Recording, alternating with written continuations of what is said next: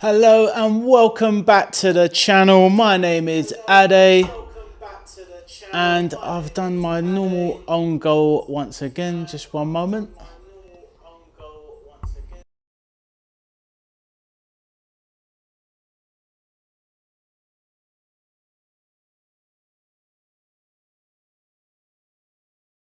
Right, just a little sound issue there. My bad. A bit of feedback on the microphone. I swear, I've done these streams about, I'm getting to be a bit of an old hand at these things now, but for some reason, I'm always messing up the audio. So anyway, do forgive me on that lousy introduction. But my name is Ade, and I'm the veteran arcade soldier. And I'm back on my channel to do a watch along of what I believe is the biggest game of the season so far. Honestly, even though it may include West Ham and Arsenal, but I believe it's the biggest game of the season. This isn't one of those, Man City versus Arsenal title showdown, blah, blah, blah. I think this is the biggest game of the season. Reason being is because today is the day where two things can be decided, more or less. If Arsenal win this game, tough fixture, which is a tough game for Arsenal a lot of the time, the West Ham fixture. They've lost this fixture twice in the last two previous seasons. Well, they've lost against West Ham, should I say. To be fair to Arsenal, when they usually play at West Ham's ground, they've given them a thumping over the last couple of seasons. But on the same note, West Ham have gone to the Emirates last season and won. They went there 2 seasons ago and won. So today is a day where I believe if Arsenal get over the line, then getting the 3 points today puts them well on course to win this title. Reason being because after this, they've got a routine home game against Burnley. And then they've got an away game, Palace, last game of the season. But crucially, Crystal Palace are in the Europa Conference League final just 3 days later. So they'll be resting a lot of players in that Arsenal fixture. So therefore, Arsenal kind of got a bit of a free run after this game. Should be 2 very routine victories. And that will obviously see them crowned champions. So that's why this is the biggest game of the season for Arsenal as far as I'm concerned. And as for West Ham, biggest game of the season so far, because if they do not win this game, then in my eyes, West Ham are going down, because obviously Tottenham have a few games left, just like West Ham do. But after this game, West Ham will have 2 games. The following 2 games for West Ham are away to Newcastle, which will be Newcastle's last home fixture of the season. So you never want to play against those passion merchants up at St James's Park. We're looking for a victory. You don't want that in your life. So, and then our last game is home to Leeds, which I think they can win, but by then they might need 2 victories. So it's today where it starts. West Ham really need to get 3 points, or at the very least they cannot lose. Obviously, depending on what Tottenham do tomorrow in their home game versus Leeds. So I feel this game here is pivotal. Vital game. In my eyes, like I said, the biggest game of the season so far. It's going to decide 2 things. The outright champions and the 3rd team that goes down. That's my opinion. And reason being I'm speculating on the Arsenal situation is that if they don't win this game, then that obviously opens the door for Man City, who can then obviously win their final 2 games and take the title maybe on goal difference. So I think it's massive game. Arsenal can't afford to lose, and definitely West Ham cannot afford to lose. So on that note, thank you for joining me. No one currently in the chat yet, but hopefully some people will be joining me soon.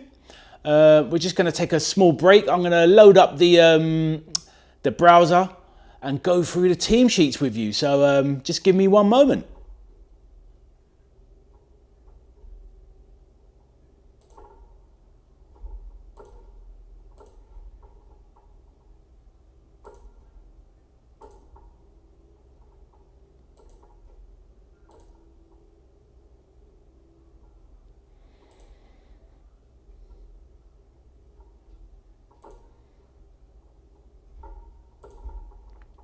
Right, before I do that, tell a lie, I do have 2 people in the chat, so I'm going to say hello. Hello, chat. Thanks for joining me.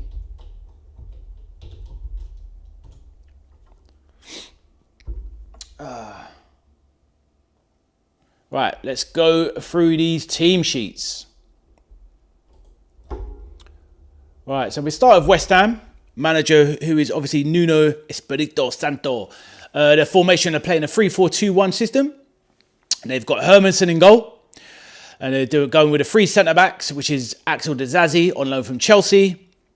I think Jean-Claire Todibo is his name, full name. And then Mavropanos, the Greek centre-back. So you've got your 3 centre-backs. You've got Aaron Wan-Bissaka, who's playing right wing-back. Souček and Mateus Fernandes, who are the central midfield enforcers. And you've got Diouf as the left wing-back. And then you've got a forward line of Jared Bowen, providing attacking threat off the right. You've got the pacey Crescencio Somerville, who they bought from Leeds a couple of seasons back now, playing off the left, supporting Castellanos.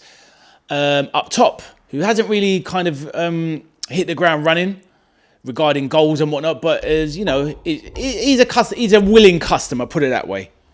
Right, so let's go over the Arsenal team.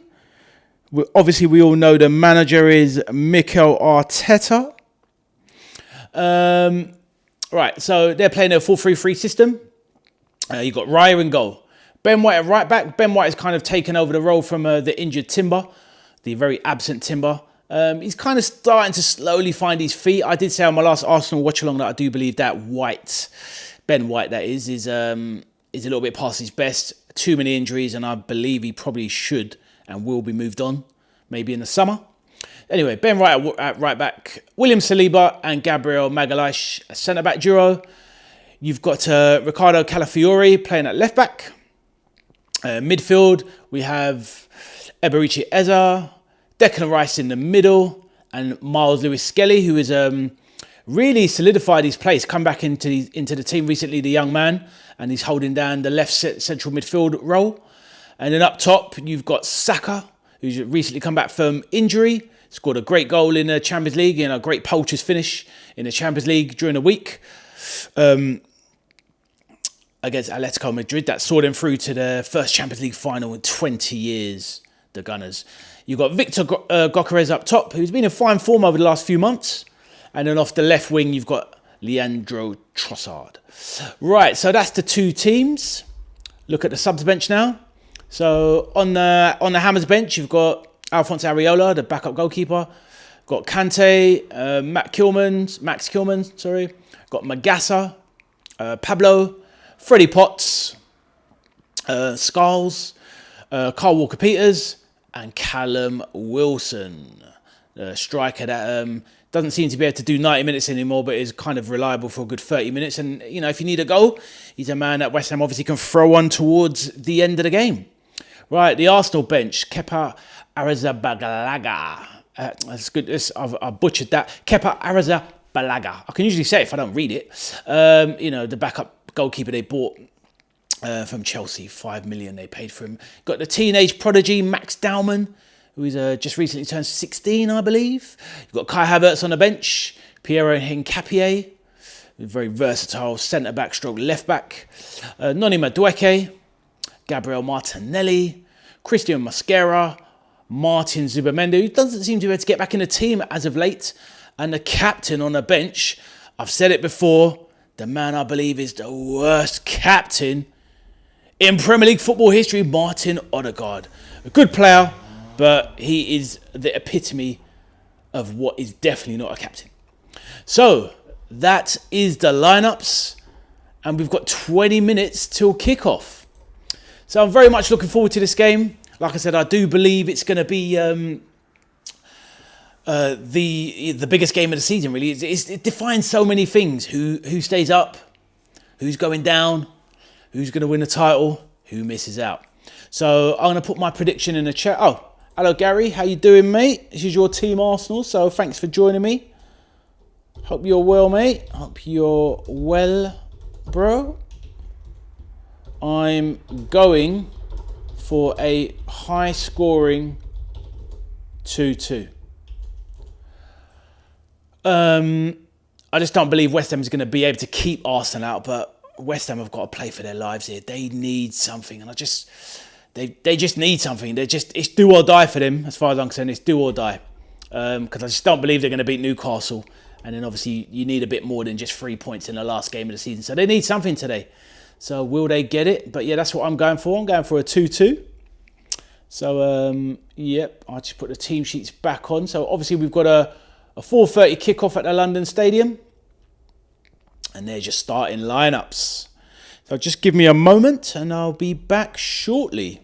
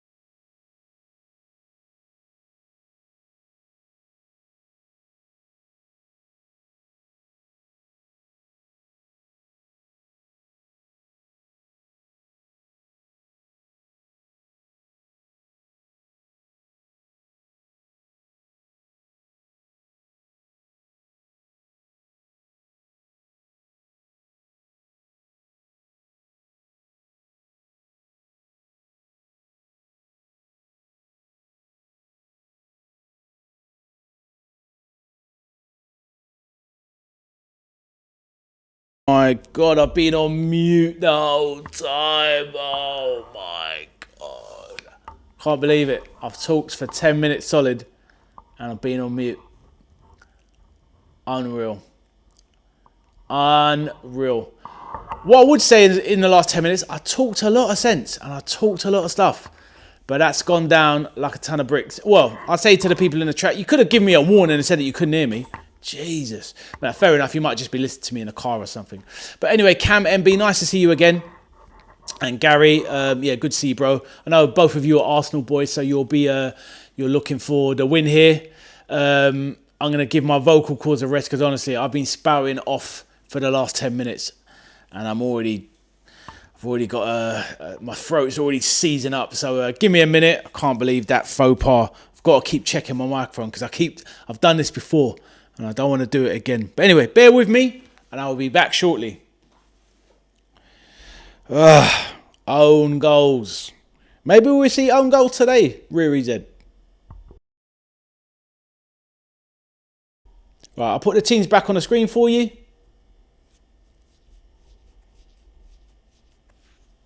And I'll be back shortly.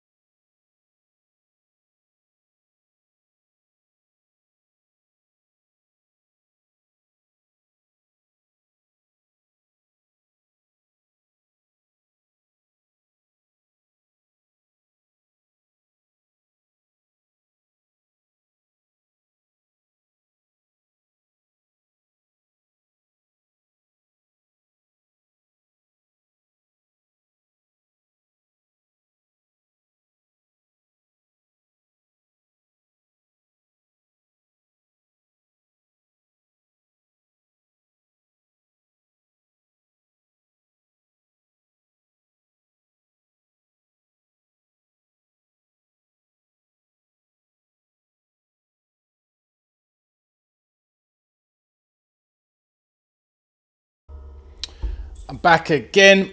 Can't believe I put myself on mute for the last 10 minutes. Feel like an absolute clown. Anyway, welcome back again. Anyone that's in the chat, like I said, drop in your score predictions. I'd love to know what you think. And like I said, anything you want to chat about. I'm the kind of person where I love having a little chat while I'm watching the game. Obviously, I like to focus on the game. And I'll be doing my own kind of version of running commentary. But obviously, chat takes priority. People want to talk about things, drop their opinions on things. Let me know who they support, how they think this game's going to go, what do they expect. I'm all about kind of fostering a collaborative environment in the chat, making friends, discussing the beautiful game that we love. Football and video games are the two biggest passions of my life. And I've been on the planet a while now, and I just want to share with people and obviously hear what other people like as well. So yeah, welcome to everybody that's joined us. Join the stream. There's a few of you there lurking, I guess. But yes, lovely to have you on board. And like I said, please introduce yourself. My name is Ade. My channel is The Veteran Arcade Soldier. It's a little bit of a take on a video game enthusiast. I grew up in the arcades as a little scallywag, throwing my 10p's and 20p's in arcade machines. And that was the life of a youngster. And then once the money ran out, then it's back home to the estate. Well, you're playing football outside to your friends till it goes dark. That's what life was all about. And to be honest with you, if I could go back in time, I'd do the Thanos snap and I'd be there in a minute. I loved it. But yeah, like I said, welcome to the chat. And yeah, do feel free to introduce yourself, chat amongst each other as well as me, dropping your score predictions, which I believe this game is going to be. For some reason, I think it's going to be an upset. I think it's going to be, and when I say upset, I don't mean West Ham winning. I think it's going to be a 2-2 high-scoring draw. That's what I'm thinking. So yeah, let me know your thoughts. And the game will be getting underway soon. So I'll be looking out for your messages. So feel free to drop me a hello. And a like and a subscribe as well would be much appreciated. Thank you.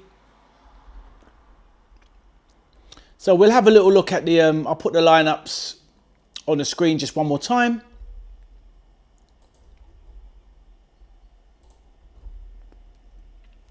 So yeah, it's literally full strength for Arsenal, I guess. Apart from Zubimendi, but then Lewis Skelly has done very well recently.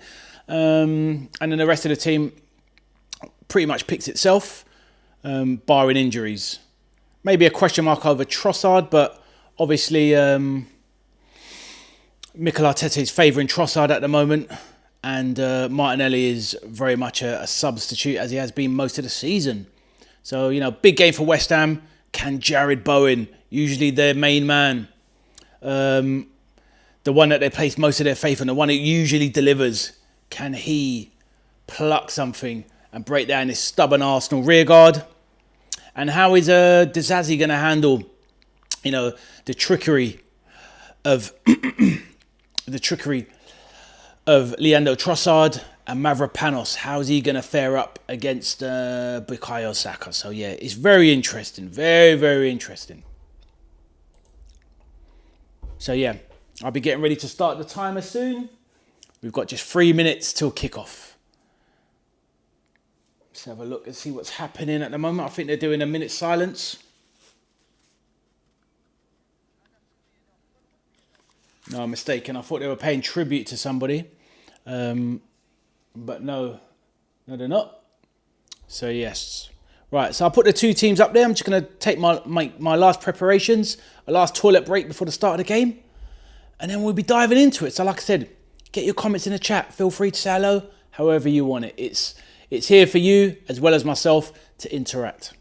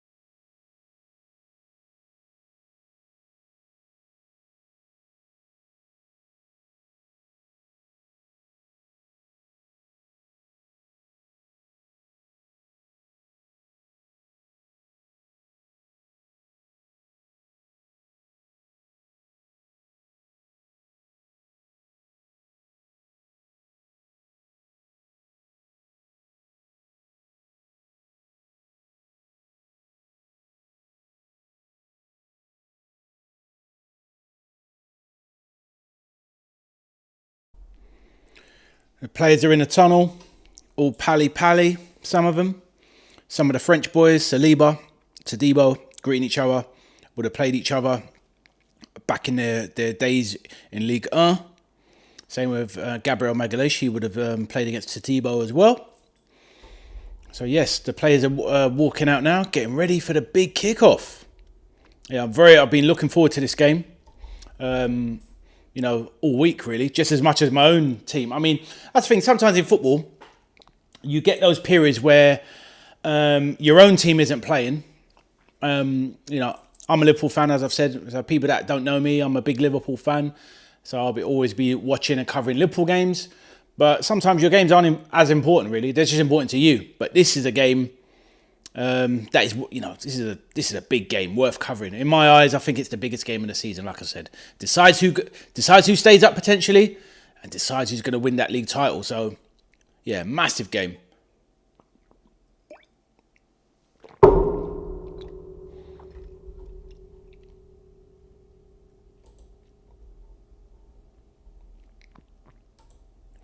Right, so they're putting the team sheets up. So I'll put it up there one more time. So yeah, strong team, strong team from Arsenal. I mean, that's the thing as well. I mean, you look at the West Ham team and you think, how are they bottom three? They've got certain players that are fairly solid. Sazi's been really good since being there. Tadebo's an okay player. Mavropanos maybe is a bit of a weak link. Hermansen is not bad as a keeper. Juve, he's a bit erratic, but he's got a lot of potential, high ceiling. Mateus Fernandes is an excellent young central midfielder. Souček's a solid pro. Wan-Bissaka, solid defensively. Bowen always produces. Somerville, electric at times. I think Castellanos, he's the little bit of the weak point there. And obviously the Arsenal team there, obviously we all know, strong in most positions. Well, practically all positions, very strong. I mean, the only things I don't believe Trossard's a starting forward for a team that wins the league, to be honest. You're always going to have room for squad players, obviously, but week in, week out, Trossard should be the backup to, a top quality left winger. The rest of the team you can't really knock. Ben White was top class level a season or so back before the injury, but I think he's dropped off now. But the rest of it is all more or less as good as you can get. Gyökeres, maybe question marks over him. I mean, he's a fine forward.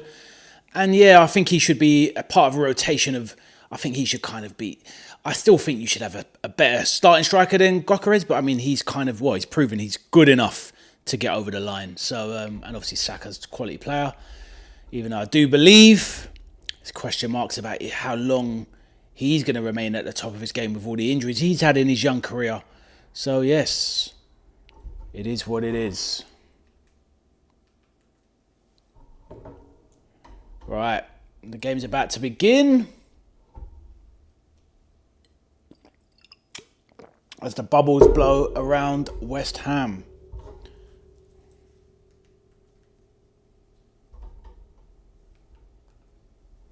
Right.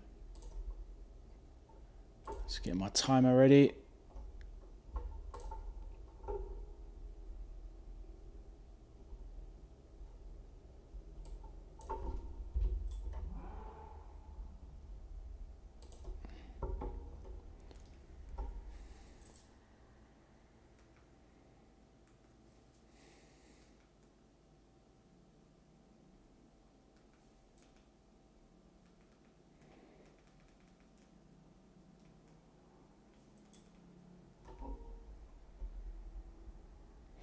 Alright, we're getting ready to kick off. I think my feed is a little bit behind. And we're off. Right. Let's get the headphones on. Let's get underway. Loads of bubbles bouncing around the pitch. Arsenal currently in possession.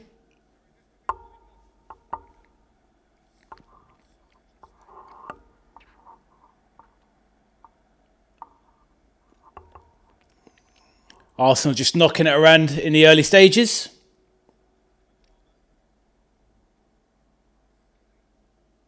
Trossard has it left wing. Calafiori overlaps. Good tackle from Tadebo. Souček, is he fouled there? These players that go down and they kind of grab the ball expecting a foul. You don't know you're going to get the foul. And all of a sudden you're giving away a free kick near your box. So yeah, he did get the foul.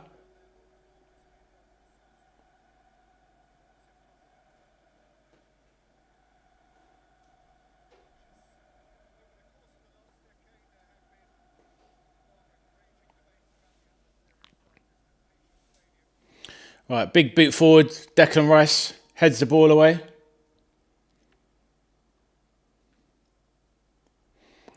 Right, Juve, centre of the park. Centre circle, Souček. Tadebo drags it back nicely. Back to Mavropanos. He looks so awkward on the ball, Mavropanos, honestly. Right, Bowen. Oh, to Wan-Bissaka right wing. Another gangly, awkward kind of technician. Soucek back to Wan-Bissaka. West Ham knocking it around quite nicely.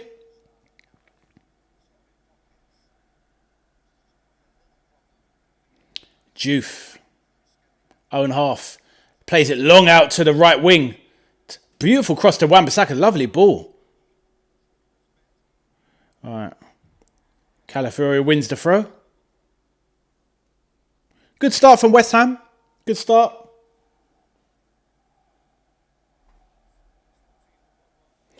Calafiori dries off the ball. I'm not a fan of this whole drying off the ball. Just get on with the game. You know, it's not called dry ball, is it? It's called football. Just get on with it.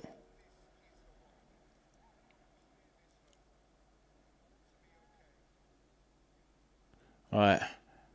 Eze on a charge. Trossard herring down the wing. Chased by Todibo. Gyökeres takes it in the middle. Who's that free? Okay, Declan Rice, edge of the box, getting the boos from the West Ham crowd. This is always an interesting game for Declan Rice because obviously he was loved by West Ham, captained them to their Conference League Cup victory. First trophy in how many years? And he gets booed. And he always seems to have a bit of a dodgy game versus West Ham. I think Declan Rice is a little bit too emotional sometimes. And when it comes to West Ham, doesn't really focus well. I think he needs to leave the whole... It's all right to be respectful to your previous clubs, but sometimes you just got to leave that behind because they don't love you anymore. They boo the pants off you every time they see you. So, yeah, it is what it is. But, you know, we're all individuals. And obviously a lot of footballers play the PR game where they just, they want to appear like the good guy all the time. But in reality, West Ham have got no love for Declan Rice anymore. Like, they boo you every game, home and away, whenever you play them. They boo the pants off you. So, yeah, of course, respect, but, you know, don't let it get to you. Just play your game. Like, you're an ex-West Ham player. Anyway, nothing really much happening. Hermansen, big boot out into the Arsenal half. Calafiori, Gabriel kicks it back into the West Ham side. Mavropanos comes to sweep up. He's going to play it back to Hermansen. Gives it back to Hermansen, gives it back. Mavropanos back heel, playing at the back, dangerous games. Hermansen, what's he going to do? Put it out wide to Juve, who goes to clear it, charge down. Great charge down there by Ben White. Eze. Plays out to Ben White. Edge of the box. Middle. Saka puts one in straight into Hermansen's hands. Saka apologises. Very average cross. A whipped pass back to the keeper's hands, it was. Right, Hermansen kicks it out. Now in the 5th minute.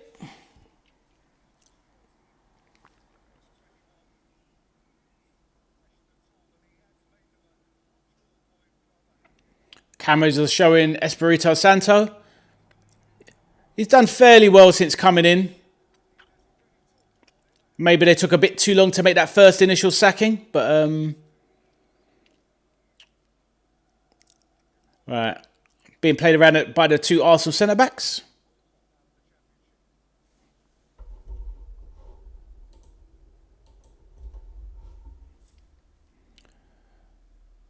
All right, Saka plays it onto Gyökeres, being harried and harassed by the West Ham defence.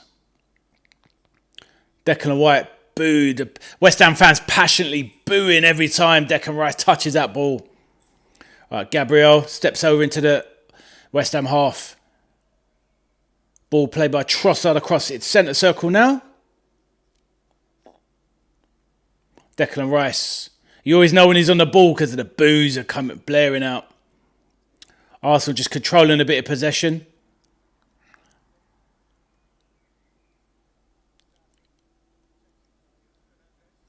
Mateus Fernandes, tidy play.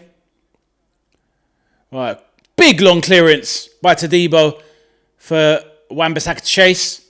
Gabriel clears for West Ham throw by the halfway line. So yeah, solid start from West Ham.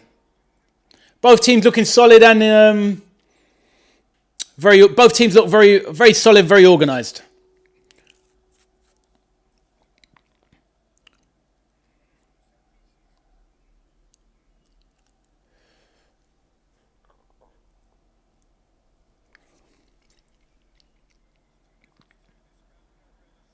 Right, throw into the box. It's ended up back as an Arsenal goal kick. Is it out? So Saliba brings it out. Ben White, right back position.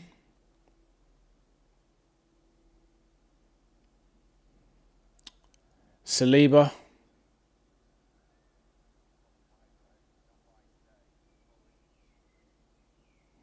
Gabriel.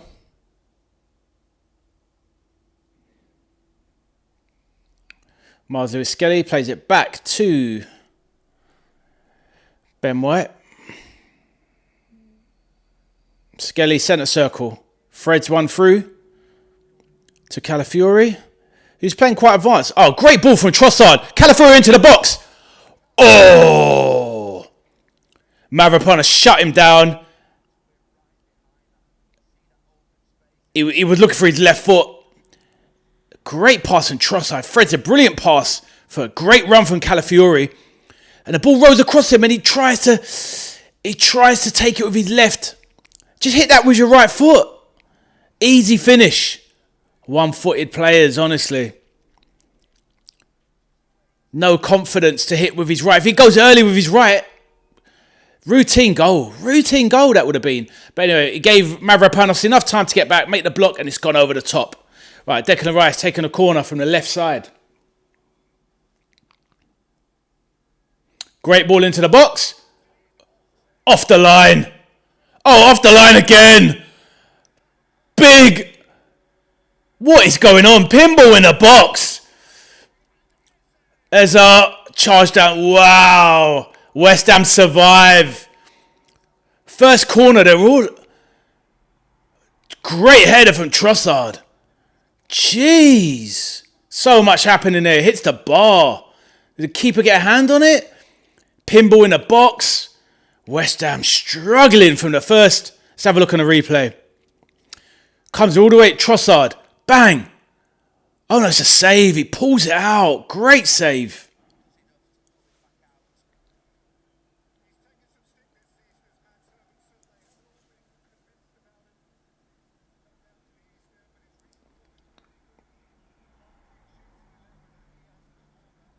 Wow, right. Free kick coming in now. From the right-hand side. This is going to be in by Bukayo Saka, no doubt.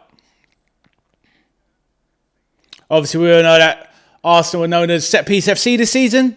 The best team from corners in the league.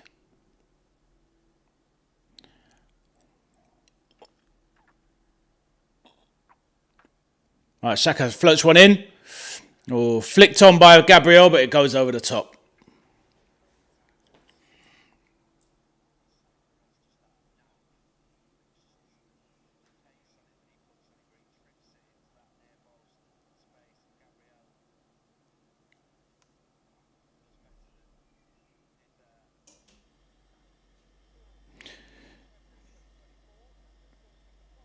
All right, let's wait for the goal kick.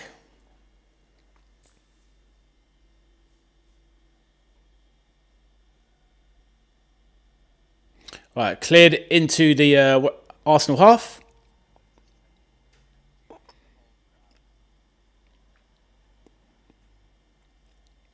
All right, Gabriel.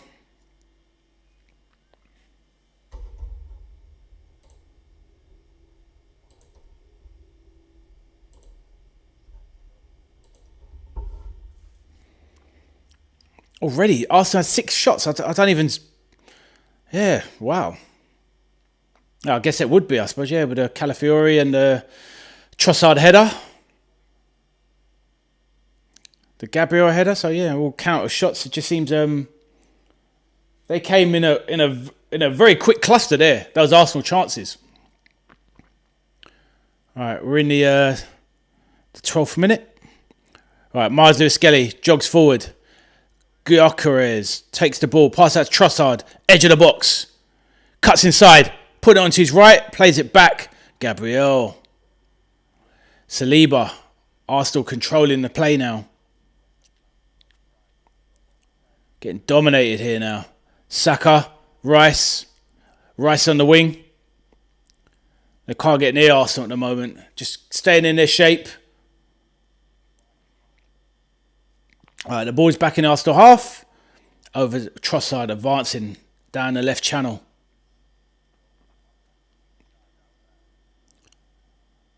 Saliba, centre circle. But in the West Ham half, Eza picks it up. Looking, I mean, every West Ham player's back. They are deep. Eza, some great play, some great interchange. Oof! Nice shot from Calafiori. Just goes left of the West Ham post. Don't get me, it was well wide, but the keeper had it covered. But lovely play from Arsenal. Actually, it's bloody really close. Actually, it's actually on target. Oh, last second it swerves away. It was a lot closer than it looked. Wow, that's me thinking it was miles wide, but actually it was so close. Good play from Arsenal. Really good football.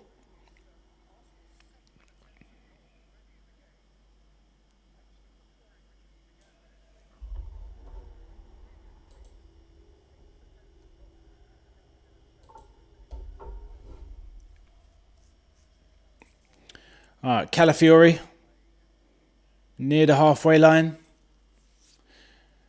Throws it back to Gabriel. Plays it back to Raya.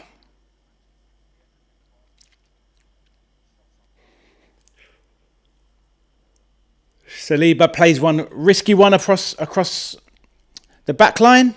Calafiori clears down the line, but it goes for a West Ham throw on a halfway line.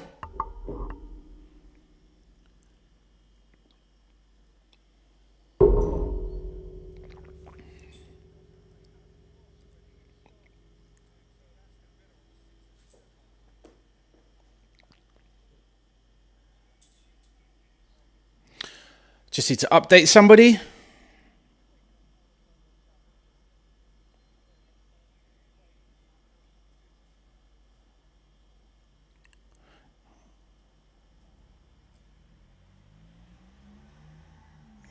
All right, West Ham have the ball.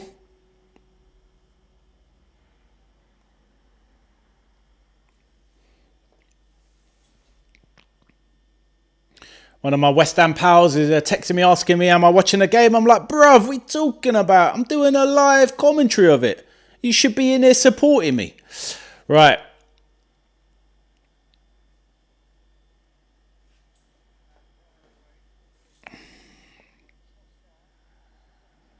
Right, Mavropanos and Gyökeres. Gyökeres, they come together in the centre circle, but Gyökeres is looking for that. Yeah, just fouls him. Silly foul to give away. Mavropanos, for me, there's the kind of thing when you rate in players, he's not a player I rate. It's like he's what I call a championship defender. He's not good enough for the Premier League. It's probably one of the reasons why he's down there. I mean, recalling off memory, I'm pretty sure he was obviously at Arsenal in his earlier days, and it wasn't good enough. He wasn't deemed good enough for Arsenal.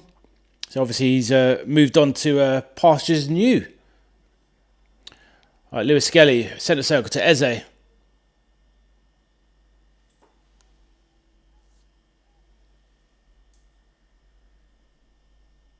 Rice charges into the box.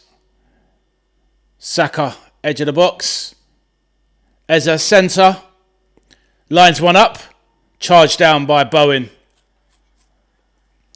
Trossard lays it back into his own half, all the way back to Raya.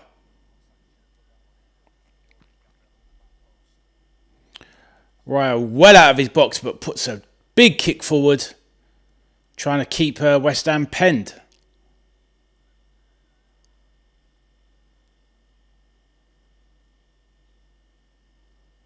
Right, Trossard left wing, comes inside, looking for something in the middle, like Lewis Skelly.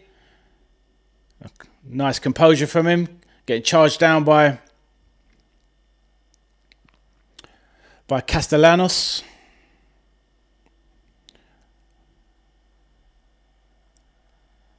Ball's ended up back at Raya. So Arsenal maintaining control under no real pressure, really. Right, big punt out. Mavropanos knocks it down. Poor header. He's a worry. Mavropanos, for me, he's a worry. Well played by... Oh, I thought that was well played by Wan-Bissaka, but no, he didn't keep it in.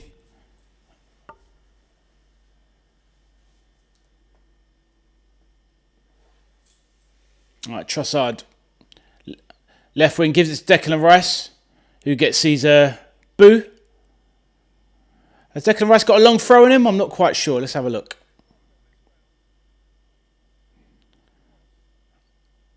The commentator just said Declan Rice is loved on this ground. Or at least he was. What are you talking about, bro? That was like 4 years ago.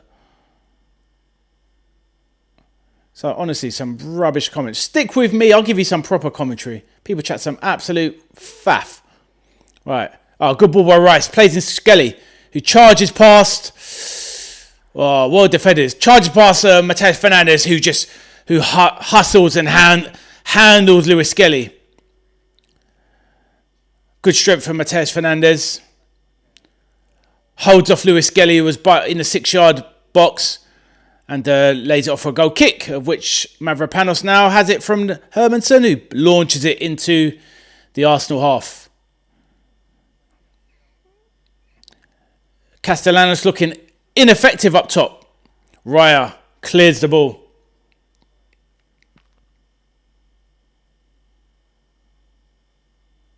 Right, Declan Rice centre of the pitch. Eza to Rice down the right channel. Advances, lays it middle for Saka. Too slow, Saka. Loses it to Mateus Fernandes. Lovely. It's back at the keeper now, Hermansen. To Debo, getting himself in a bit of a muddle. Loses the ball, but that's a West Ham throw. That's a West Ham throw. Yeah, West Ham throw.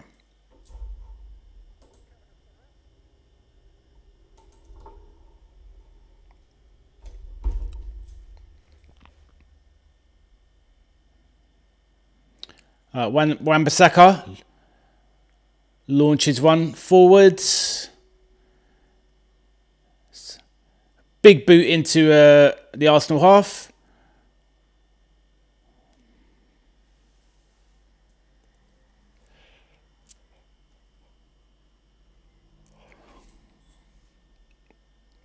Wan-Bissaka halfway line.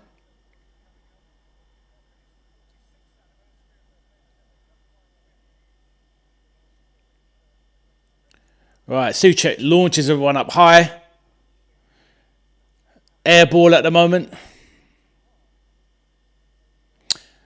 It's been 10 years since West Ham have left Upton Park. 10 years. Sadly, it's a ground I never went to. I always wanted to go to West Ham's ground to watch a game, but never got a chance. All right, Ben White taking a throw in, halfway line. Eza, centre circle, lays it off. Calafiore charging forward, left channel. Trossard left wing, cuts inside. You're not going to outpass Wan-Bissaka, but he's doing well. He looks for the foul, gets the foul. He was telling Wan-Bissaka a foul. Wan-Bissaka bought that foul.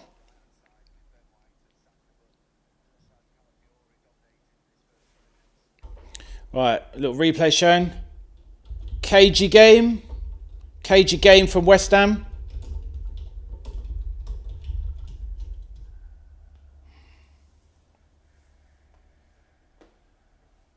Right. Declan Rice standing over the corner from the left wing position. He's about to bend one in, right footed into the box. Looking for the set piece power. West Ham, lot of big guys. Loads of 6-footers. That's going to be surely. Oh my goodness, what a clearance. Very clever. Wow, good free kick from Declan Rice. He's got it in there. Great flick from Calafiore. Oh, lovely little deft flick from Calafiore. Flicked on by Calafiore. It goes down. It's going to beat the keeper. Mavropanos stroke Souček clears the ball. Diouf nearly scores an own goal. Castellanos clears it. And I just don't see how they can hold out. Arsenal set pieces, absolutely so deadly. They're hanging on for dear life. When it comes to set pieces, West Ham are hanging on for dear life.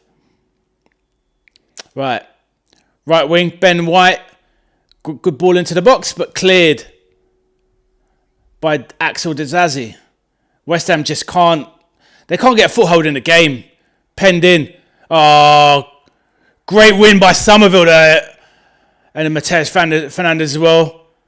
Here he is. Crescenzio. 1-2. What's he going to do? Crescenzio in. Ooh. Is it offside? Good defender from Trossard there.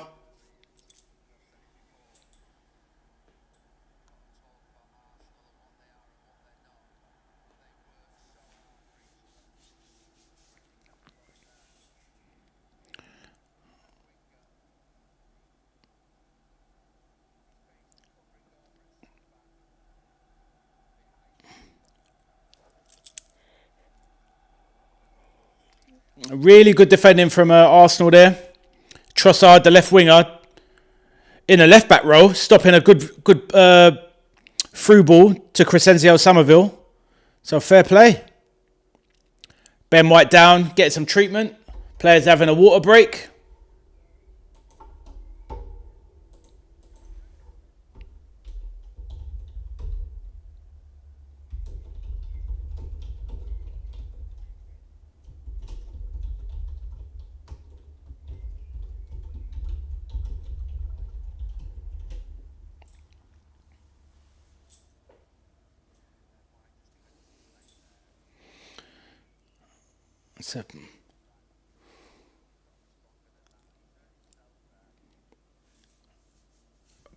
Ben White's done himself a bit of an injury, it seems.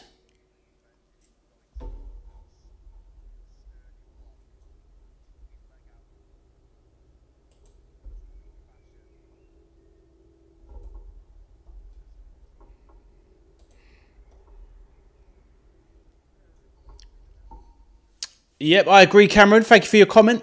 Nice of you to chat. Just a matter of time before Arsenal score. It looks like that way, doesn't it? It does look that way. But it's still 0-0, so it is what it is. They've got to do it, and that's the thing with Arsenal. Whenever it comes to them stepping up and taking this title, taking it by the scruff of the neck, they don't step up. So how many times down this season have Arsenal been 9 points clear? Could have won and gone 12 points clear, gone 11 points clear, gone 13 points clear, gone 10 points clear. Every time they step up for that opportunity, they never take it. Which is why I was quite surprised after the City game, the loss, that they won the next two quite. Obviously, Newcastle was a little bit tricky, but they won those two quite comfortably, and that surprised me. I thought they might fumble a draw in there somewhere, but yeah, big game, big game.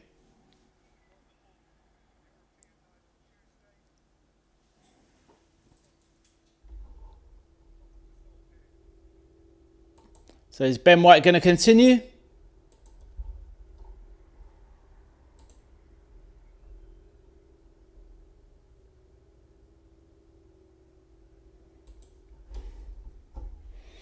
So Zubimendi's coming on.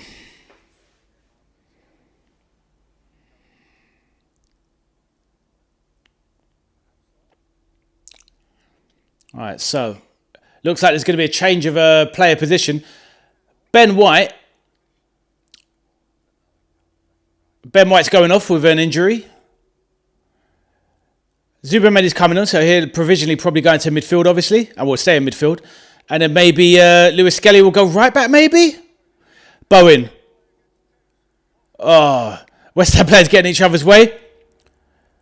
Todibo charging forward. Wan-Bissaka right wing. Back to Bowen. Advancing centre. What's he going to do? Put in his left? Oh, oof. Nearly slipped through to Diouf. But it rolls through. Oof. Good play from West Ham. Oof. Deflection nearly made the ball run into the on-rushing Diouf, and that could have easily gone into his path, and then he's got an easy tap in.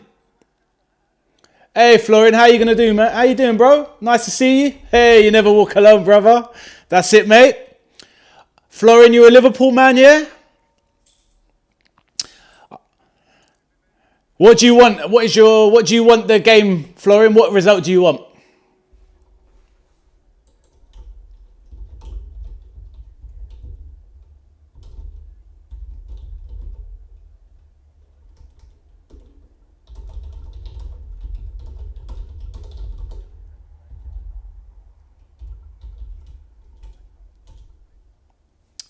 Hey Lauren, how you doing? Lovely to see you in here. Right, game is back underway. Right, ball played back into the West Ham half. I hear you, Florin. You're not having it, yeah?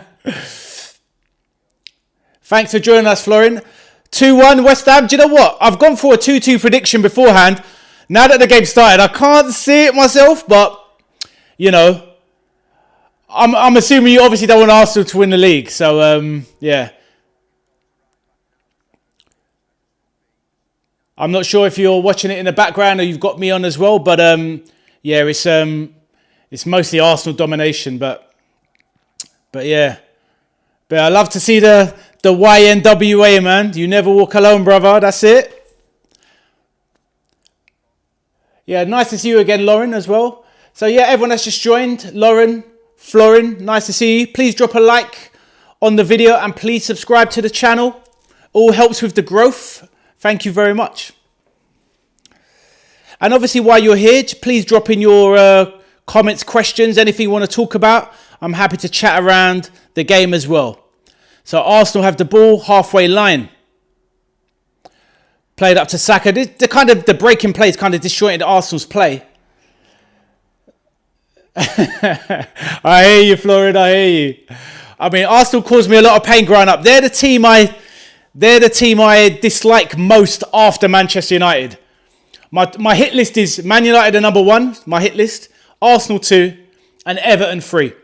It should really be Everton second, but Everton are like little bro. They're like your little brother. You're not worried about them. Do you know what I mean?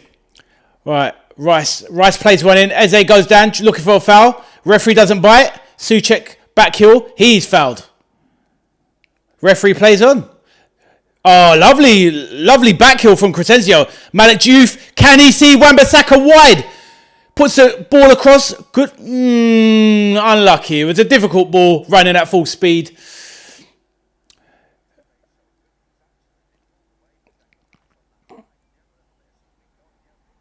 God, Somerville has got mad pace. His burners are incredible. To be fair, West Ham go down. Certain players I'll definitely take from their team. Mateus Fernandes. I'll take Crescencio Somerville as a backup winger. Not a first teamer, but a backup I'll take him. And yeah, Bowen I'll take as well. Basically raid West Ham. 3 of their best players if they go down. Ruthless.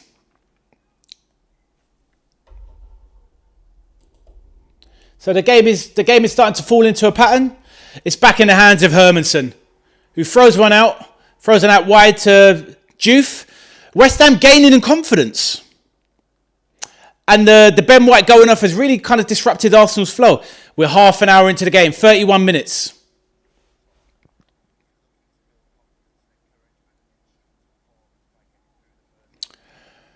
Florin, how do you find our season so far, Liverpool season? I'm assuming you're a Liverpool fan, right? Obviously. All right, Diouf. Left wing position. Deals with Saka properly there. Fernandes fizzes one wide to Wan-Bissaka. Oh, that's going to be a corner, surely.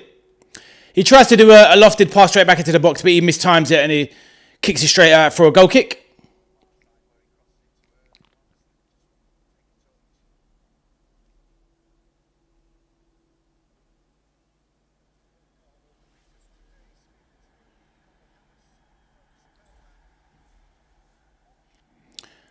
Right, Raya getting booed for holding up the play.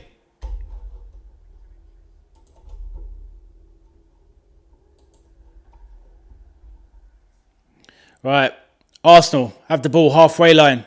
Calafiori looking for options.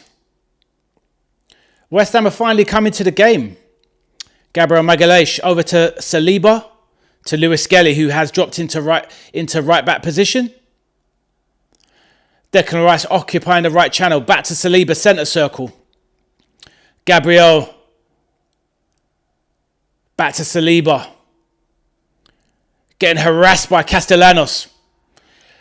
Angry that... Alright, let's catch up with the comments. Mate, I'm happy with the squad we have. The results are very poor, but it could be a lot worse. I hear you, my man. The thing is, Florian, what's your thoughts on Slot? Where do you stand with the manager? Me personally, I've been done with Arne Slot for a long time. I've been done with him since we lost to Nottingham Forest and PSV Eindhoven in the Champions League. So since November, I've been done with Slot. I don't think he can turn it around. Yeah, out as well. Yeah, 100%, bro. I'm the same with you. The squad is fine. Obviously, we need to make some improvements. We're going to lose Salah, etc. But he's got to go. The squad could be way worse. But somehow, even in our worst season in a long, long time, we're still somehow fourth. I don't even know how sometimes, but yeah. Right, ball breaks. Subamendi fouled in a very good position. 25 yards out, central of the goal. Yeah, 100% out. He's got to go. But FSG are saying they're going to back him, my man. I don't get it myself, but yeah, I'm hoping they make the change. I hope so, my man. I really hope so. I mean, Xabi Alonso. See, the problem with Xabi Alonso, I'll be happy with Xabi Alonso and Stevie as assistant manager. 100%. I'd love it. The players would respect it. My problem is Xabi Alonso, the type of football he plays, it's not Jurgen Klopp football. We're never going to get that rock and roll football again. But Xabi Alonso's football isn't a million miles away from Arne Slot's. But he done bigger things in Germany than what Slot did in Holland. So I think it's time anyway. You know, Xabi Alonso is seen as one of the world's upcoming super coaches. So let's hope for a change. Right, so we're getting ready for this free kick. Hermansen lines up his wall. I hope so, man. I'd love Jurgen Klopp. If he gave me the option now, get me that man back. You know, he's had 18 months off now. He's recharged. He's had he's had 2 seasons away. He should be fresh now. Come back, you know. All right, we're standing over the free kick. Eza and Rice are standing over the free kick. Eza has that look in his eye like he's ready. Oh, he's definitely going to strike this. All right, Eza lines up. Focus, deep breath. One raised eyebrow. Hits the wall. All the build-up wasn't worth it.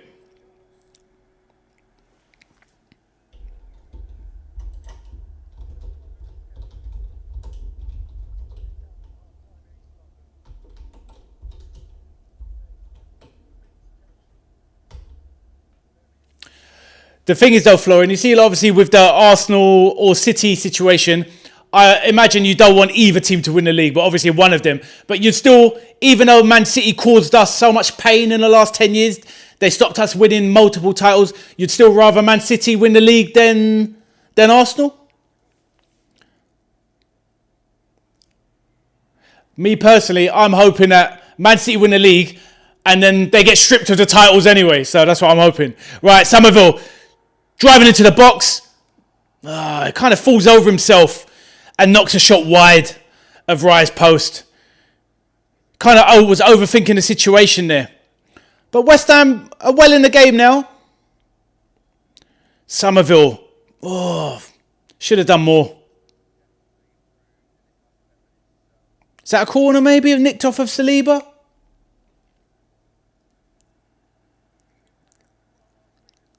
Right, a big kick out. Declan Rice. Ben White going off has really destabilised Arsenal. They're just, you know, they're not struggling, but they're just nothing at the moment. It's just nothing play from Arsenal at the moment.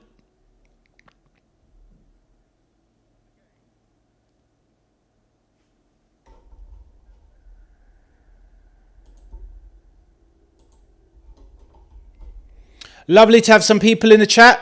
If you haven't made your presence known, please say hello in the chat. My name is Ade, the veteran arcade soldier, big Liverpool fan, but love football, love the Premier League, and I'm going to be doing watch-alongs for all the big games, World Cup, etc. Right, great run here. Bowen, lovely pullback. Ooh. Right, Somerville taking that just outside the box, 22 yards out. Going to be a yellow card. So dangerous position. This is Jared Bowen territory right here. But yeah, anyone who hasn't made their presence known in the chat, please say hello. Like I said, my name is Ade. Lovely to meet you.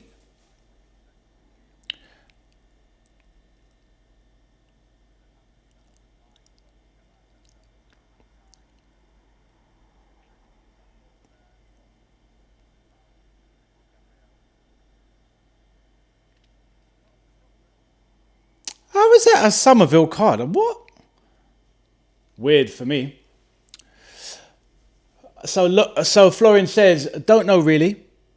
It's the football they play. It's like they're struggling to win all the time. It's hard to say. We have seen Arsenal play awesome football, and the players they have are not that great. I know what you mean. It is a struggle. It's kind of thing. It depends on what you love as a football fan. The football they play it's a struggle to watch at times. The early parts of this game, they played quite well, to be fair, but this is Arsenal for you. There's always periods in the game where they play some absolutely smelly football, terrorist football, absolutely haram football. So, yeah, it's just one of those things. I think what you said makes a lot of sense, because if this Arsenal team is the team that ends up champions, they'll be one of the most forgettable champions we've seen in the Premier League for a long time, basically. Any team that wins the league is a good champion. We can't deny that. But for me, they'll be one of the weakest champions we've ever seen. I mean, even Liverpool's team last year is far better than this Arsenal team of this year. You know what I mean? So, but I agree with you, bro.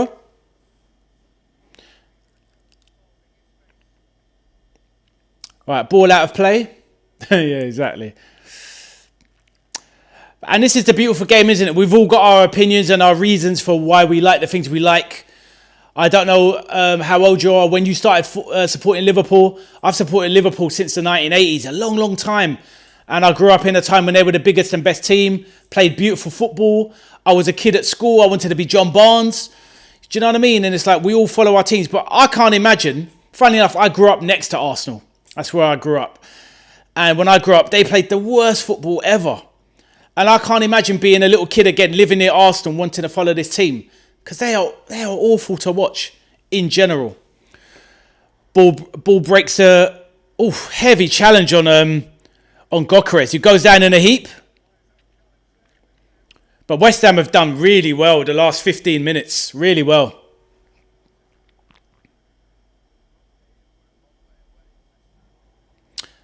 Right. Break of play while Gyökeres receives treatment.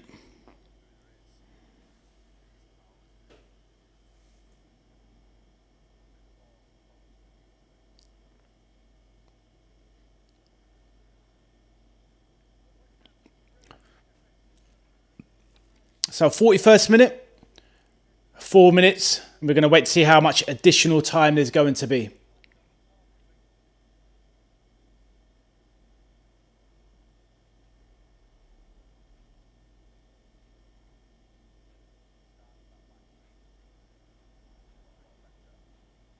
So ball being won in the midfield. West Ham have got the ball, advancing, throw on. So Florian, do you think that we'll definitely get the top four? Do you think we'll definitely secure Champions League? All right, West Ham for a Bowen, flicks it round the corner. Oh, nice back heel, beautiful play from Bowen. A bit weak from Somerville, but Matheus Fernandes walks away with it. Todibo charges into the Arsenal half. Wan-Bissaka's support. What's his delivery like? Tries a drag back, heel flick. Matheus Fernandes wide. Todibo right wing, not where you want him. Oh, good feet though from the big man. Plays one into the box. Cleared by Gabriel. Todibo is a massive unit, really big. Florian, I was born in Romania, so I found out about Liverpool as an adult, really. But I always loved that we are the club that didn't have the superstars, but always played with heart and balls. I hear you, man. I hear you. That's the thing as well. And obviously it depends when you started following as well. Very rarely in the last 30 years has Liverpool had boring football. It's always that energy, that passion. And like you say, we never have the money really until last summer. And we obviously buy players and make superstars, you know what I mean? Like you buy Fernando Torres, you make superstar. Salah, superstar. Mane, Firmino, we make these players. It's just a shame in a way that we spent so much money in the summer and for the first time ever, we bought superstars Isak, Wirtz, obviously, but maybe we're that club, Florian, where it doesn't work for us like that. Maybe we have to go back and just buy players like Mateus Fernandes from West Ham, or who we're looking at. We're looking at this Yan Diomande from Leipzig. Maybe players that are going to be elite one day, but we take them to that level. Right, so the game is quite bitty at the moment. Lots of breaks in play. Souček. Oof. Surprised he didn't hurt himself there. I mean, he fouls Lewis Skelly. Lewis Skelly goes down, holding his right leg, but it doesn't seem like much to me. Not much there. I hope so, man. I hope so. I'll tell you what, though, the reason, and that's another reason, like you said about slot out, I can't take another season with slot football. I've never been so bored as a Liverpool fan. I can't remember the last time I've been this bored. It's been a long time. And, I really want him gone. So, Xabi Alonso I'll take. Get the right investment in with certain players. I'm worried about... What position are you worried about the most with Liverpool? Calafiori to Trossard. Left wing. Stands up Wan-Bissaka. Jinx. Feints. Cuts inside. Drag back. Goes on the outside. Puts one into the box. Hermansen. Poor delivery from Trossard. Me personally, the biggest position I'm worried about with our team, right back. I'm really worried about right back, no matter who the manager. I like Frimpong, but he's not a right back. He's not a winger. Bradley I like, but he can't stay fit. So that's the position I'm worried about the most. All right, Saka, left wing. Being jockeyed by Juve, edge of the box. Saka looking for the angle, comes middle. Big clearance from Wan-Bissaka. Back into Arsenal half. Raya nearly on the halfway line. Plays it out wide. Calafiori goes down in a heap. Refs are having it. I knew it. Bowen slips in Wan-Bissaka. Calafiori gets up screaming in pain. Cheat. Oh, great header from Castellanos, but good save from Raya. Made a bit of a meal of it for the cameras, but great play. Lovely play from Bowen. Slips in Wan-Bissaka. Puts in a half-decent cross. Not much power, but Castellanos gets a good header, but it's easy save for Raya. But it's a save that needed to be made. Diomande and the rest is good. We just need the team to gel and settle a bit. Mo will go and things will clear out. Yeah, I know what you mean. Sometimes big clubs, they need players to move on. Like Mo Salah, maybe it's time. Corner in now, so corner coming in. Yeah, maybe sometimes like players like Salah leave, the big names leave, the ones that are too big in their name, then it gives time for Wirtz to take their place, Isak to take their place. Right, corner comes in. What have we got?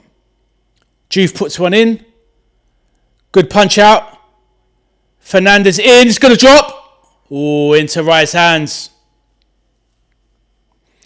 Todibo nearly got... Good punch out. Fernandes goes on a volley. Desazi tries to get a header. Todibo doesn't get anything. Come on, what's going on? Let's see what's going on in the game. Stop showing the replay.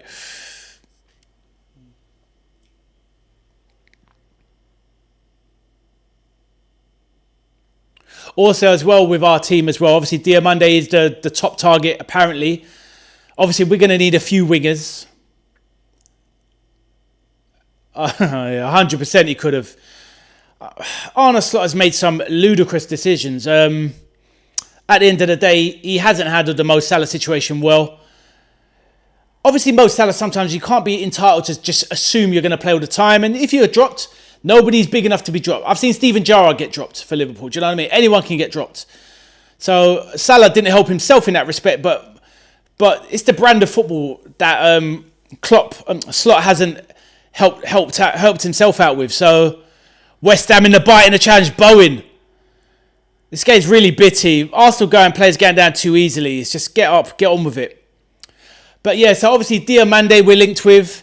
Barcola, those are the two wingers. What do you think of Barcola, the PSG right and left winger? I'd be happy with both, to be honest.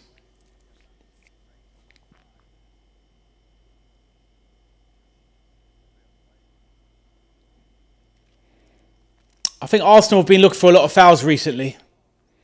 So this is going to be it. We've had 3 minutes additional time, and so this is going to be the last cross into the box. And it's going to bring an entertaining game, a close-knit game to a close. Just waiting for this West Ham ball to come in.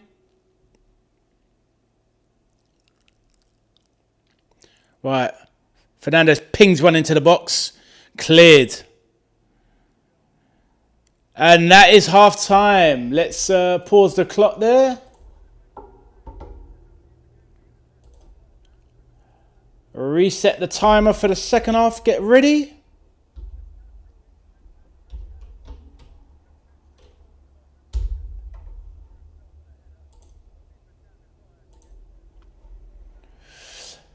We would have 2 Bradleys then. This is it. This is it, you know. I mean, me personally, I really like Connor Bradley. I love his energy. I love his passion. I think his quality is good. Going forward, he's a good player. Just his injuries, can't stay fit. And I feel next season for him, Connor Bradley, we're talking about it's make or break season for him. I mean, they're talking about he won't come back till 2027, so he's not even going to be fit for the start of the season. He is young, and maybe there's a chance, but personally, it's looking like he's going to be back maybe November, December. But he's got to come back.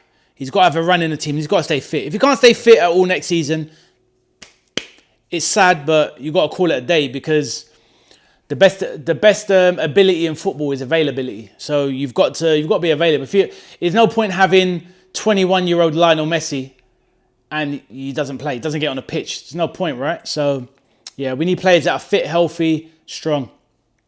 But Bradley, I really like. Frimpong, I don't mind him as a right back. But right wing, no way. He is not a right winger, man. He does not have the technical ability at all.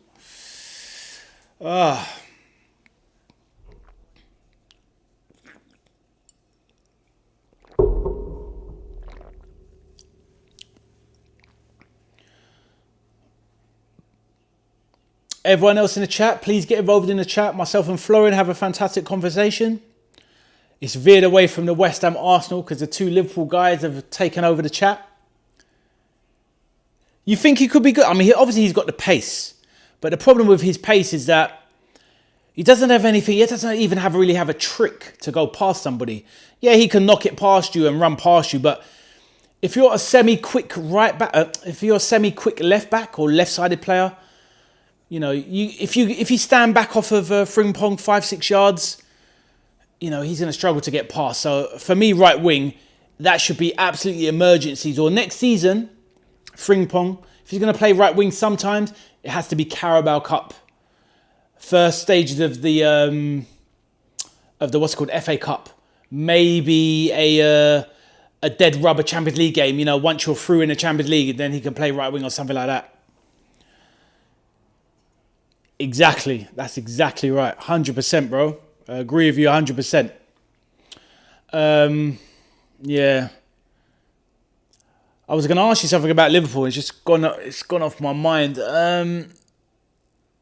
Obviously, yeah, I'm asking you any question. Anything you want to ask me, feel free. What was my question? Let me think.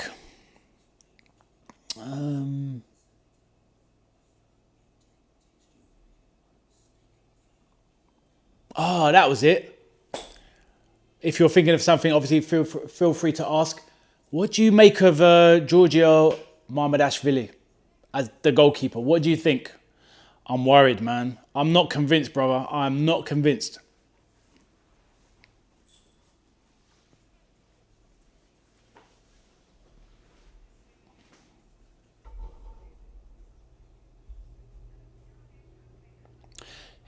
Yeah, he's decent, but this is the problem. See, this is my problem with him is good shot stopper, big man, very big man.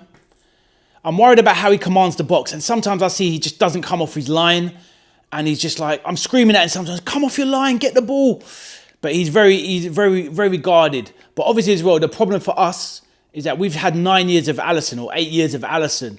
So always the next person, it's always going to be like, you're good, but you're not Alisson. And this is the problem, isn't it? For the next right winger, you're good, but you're not Salah. And we've obviously had it with our left wing. Luis Diaz left. I miss Luis Diaz. But he's not even Sadio Mane. So now Gakpo, you've got Gakpo. Gakpo isn't even Luis Diaz. And Luis Diaz isn't even Sadio Mane. So it's like you had Sadio Mane, then you got Luis Diaz, Gakpo. Who's next? Do you know what I mean? I know, man. I know. This is the problem. We come from the number one goalkeeper in the world to him. But, obviously, I would still keep Alisson for one more year. He's still got one more year left on his contract. I'd keep him. But we don't know about these owners. They might look at it and think, let's get 12 million for Alisson or 1 year. Just keep him for one more year. You can't get that quality of goalkeeper. Even though Alisson was there, maybe he's a little bit here now with age, but he's still there. And Mamardashvili is there. Alisson is still there. So, we should keep him, But, I am worried, bro. I am worried. But, you're originally from Romania. Are you in the UK now, or are you watching from Romania yourself?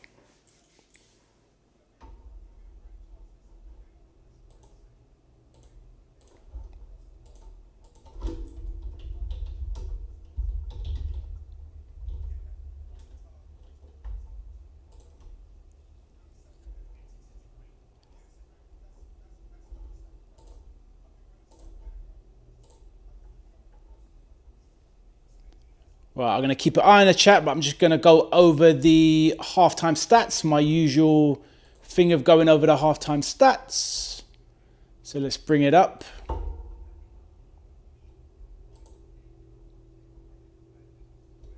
So we've got that. Match stats. So halftime, we've got 33.5% possession for West Ham. 66.5 for Arsenal. Quite surprised at that, to be honest. Seems like West Ham had a lot more of the last 20 to 25 minutes. The XG is 0.13 for West Ham, 0.79 for Arsenal. I thought it was quite an even game overall. I mean, the stats don't say it in terms of shots. Arsenal having 10 shots with 2 on target and West Ham having 3 and only 1 on target. But with those 10 shots of Arsenal, 7 of those were in like a 3-minute spell and they were barely shots. 12 touches in the West Ham box for Arsenal and 3 touches in the box for West Ham in the Arsenal box. 1 save each from both keepers. 4 aerial duels won by Arsenal, 4 by West Ham. 7 fouls committed by West Ham United, 2 by Arsenal. 1 corner for West Ham and 2 for Arsenal. So over the stats in a very cagey, tight game. Were there any bookings in that first half? Yes, there was. There was Crescencio Somerville and Castellanos. And Zubimendi obviously came off for Ben White. So those are the lineups. So we leave that on there. Right. I'll catch up with those. Yeah, I'm abroad, mate. In the Netherlands now, actually. Oh, nice. Wicked. I love Holland. Funnily enough, I've got a story coming out on my channel soon. I met the Liverpool squad in Amsterdam. I mean, it sounds crazier than it is. I did have a bit of a crazy time in Amsterdam, but you're in Holland, so you know. This was a little while ago, but I met the Liverpool team. I'm going to drop a video on my channel. It's going to be some funny stories in there. I'm going to drop that on my channel. So yeah, I hope you're enjoying the Netherlands, man. It's a great country, very chilled. Nice to see that hopefully you're doing well over there, brother. Your question, do you think Pep is giving the Prem away to Arteta? You saw Mike Tyson in Amsterdam. I bet he was down the district, yeah? Mike Tyson. I've met Mike Tyson before. Yeah, a long time ago. I met Mike Tyson. I used to kind of host events and organise club events. And I was part of a company and we arranged an event for Mike Tyson. He's a crazy guy, man. But his neck, man, wow, no joke. But yeah, cool that you saw Mike Tyson in Amsterdam. Do you think Pep is giving a Prem away to Arteta? Oh, is it? Just chilling in a coffee shop, yeah? Okay, that's cool. How long ago was it? As for the question, I just think Pep, they got off to a bit of a slow start. You know, they had the Club World Cup. They were in America last year. They started off the season, if you remember, they lost 2 of their first 3 games. That's where they kind of gave away the advantage. Since that time, they've been, more or less, them and Arsenal obviously been the 2 best teams. So I just think we're in the stage now. The Premier League isn't what it was, bro. This Man City team is still a great team, but they're not as good as the team that we faced in that 5-year period with Klopp and Pep. They're nowhere near that, 100 points, 99 points, 98 points. We're getting 99 points, 97 points. We're getting 97 points and finishing second. What is that all about? Do you know what I mean? This Arsenal team, they'll be lucky to get 84 points and win the league. Do you know what I mean? So it's just a different game. So I don't think Pep's giving it away. The Everton game was tricky. Everton, they're so annoying, man. Getting that 3-3 against City. But, I think with Pep and City, they was never going to win 7-8 in a row and finish the season. If you look at their recent form, I think they've won 6 out of 8. It's not the same as the Man City we played. We played Man City and they would get 8 out of 8, 10 out of 10. We finished one season, if you remember, we had 15 out of 16 wins. We just drew that one game against Spurs and lost the league by a point. Crazy consistency. So, yeah, both Arsenal and City are obviously very good teams, but they're not great teams at the moment. I think us last year, we were kind of the last of the... Obviously, our team wasn't as great as our Klopp teams, even though last year was a Klopp team. So, yeah, in answer to your question, I don't think Pep gave it away. I just think Arsenal have been that bit more consistent. And, Pep got off to a bit of a bad start with City. 2 losses in 3, and I think that's what's held them back. But it's going to be interesting. I mean, look, if Arsenal don't win this game, it's back in City's hands again. You know what I mean? So that's never going to happen again. Yeah, exactly. It's never going to happen again, I know. But that's the thing. In our lifetimes, I don't know how old you are, but in my lifetime, there's never been, like you said, a team like Liverpool that got 97 points. We had 1 defeat that season. 1 defeat. And, you'll never see that again. A team get 97 points and don't win the league. It's crazy. One of the best seasons I ever saw was Chelsea. They got 95 points, 1 defeat, and they won the league, 95 points. We got one defeat and got 97 points. And still didn't win the league. So, like you said, we'll never see that again. We will never see that level again. No chance. Impossible. But this kind of, the way football is now, this is how football was for me growing up. The league champions, when Man United were winning leagues, Man United were winning leagues on 78 points, 79 points. Same with Arsenal during that time when Wenger was the manager. They won the league on 78 points, 77 points. Those days, we're kind of going back to those days where the league is more compressed. All the teams are closer together. So, yeah. 100%, man. I mean, this is the thing. Like, this guy here, I don't know what your hierarchy of the greatest players ever. And I'm not someone, I don't really like to bash teams or players. I don't like Arsenal. I'm not an Arsenal fan at all. They're one of my, like I mentioned, Man United are my number 1 enemy. Then Arsenal for me, then Everton. But I would still respect them. Do you know what I mean? But Messi, he's the best player of all time, in my opinion. But I'm not one of these people, I don't hate on Ronaldo and anything like that. Cristiano, he's one of the greatest of all time. He's in the top 10 of all time. But for me, Leo Messi, he's the number 1. That's the best player I've ever seen. I'm still a little bit sad I haven't seen him live and probably never will. Which is sad for me. What's your best ever footballer, Pele? Because of the 3 World Cups? The thing is, it's one of those ones. It's like a lot of us, we have to kind of go on, depending on our age, we have to go on football history.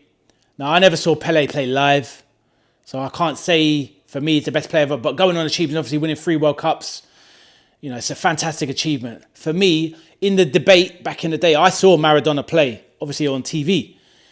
For me, I always had it. All my life, I always had Maradona number 1 and Pele second. And then we come into these last 25 years. And then when I see what Messi... And obviously, you get talented players. Ronaldinho, probably the most talented player I've ever seen. Talented. Skills. Ronaldinho and Neymar, two of the most skillful players you will ever see. More skilled than anyone, if anything. But the best player I've seen, Lionel Messi, best player I've ever seen, 100%. So I've got Messi, then I've got Lionel Messi, then I've got Maradona, then I have to give it to Pele, and then it's all much of people like Zidane are in there. People talk about Cruyff. I can't mention Cruyff, I don't know. I know of the history, I know of the legend. Cristiano has to be in my top 10. You know, it's all of these players, wonderful. Thing is, I saw some clips with Pele. Mate, Pele did what Ronaldinho did, what Messi did, what Maradona did. Yeah, I know what you mean. I know what you mean. And that's the thing. What is so impressive about Pele, and I've followed certain things down the years, football, looked at lots of football history. Pele was running around, great players at the time, and he was acting like Ronaldinho back in those days against the world's best. And he like the best players in the world were like that. But Pele was like that, and it's like, how can one person be so much better than everybody else? It's crazy. But this is what you get when you get players like Messi and Ronaldo. For the last 15 years have been just much better than everybody. It's crazy. And these people are the best in the world at football, but you get two guys that are crazy. Right, let me start my clock and then I will answer your question.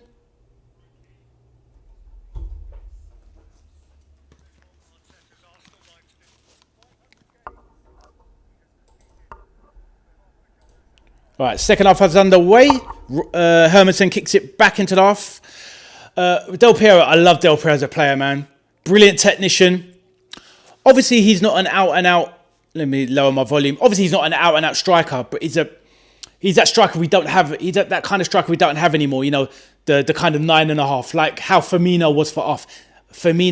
The link-up play, brilliant player. Technique, amazing. Skill set, amazing. Love the loyalty to Juventus.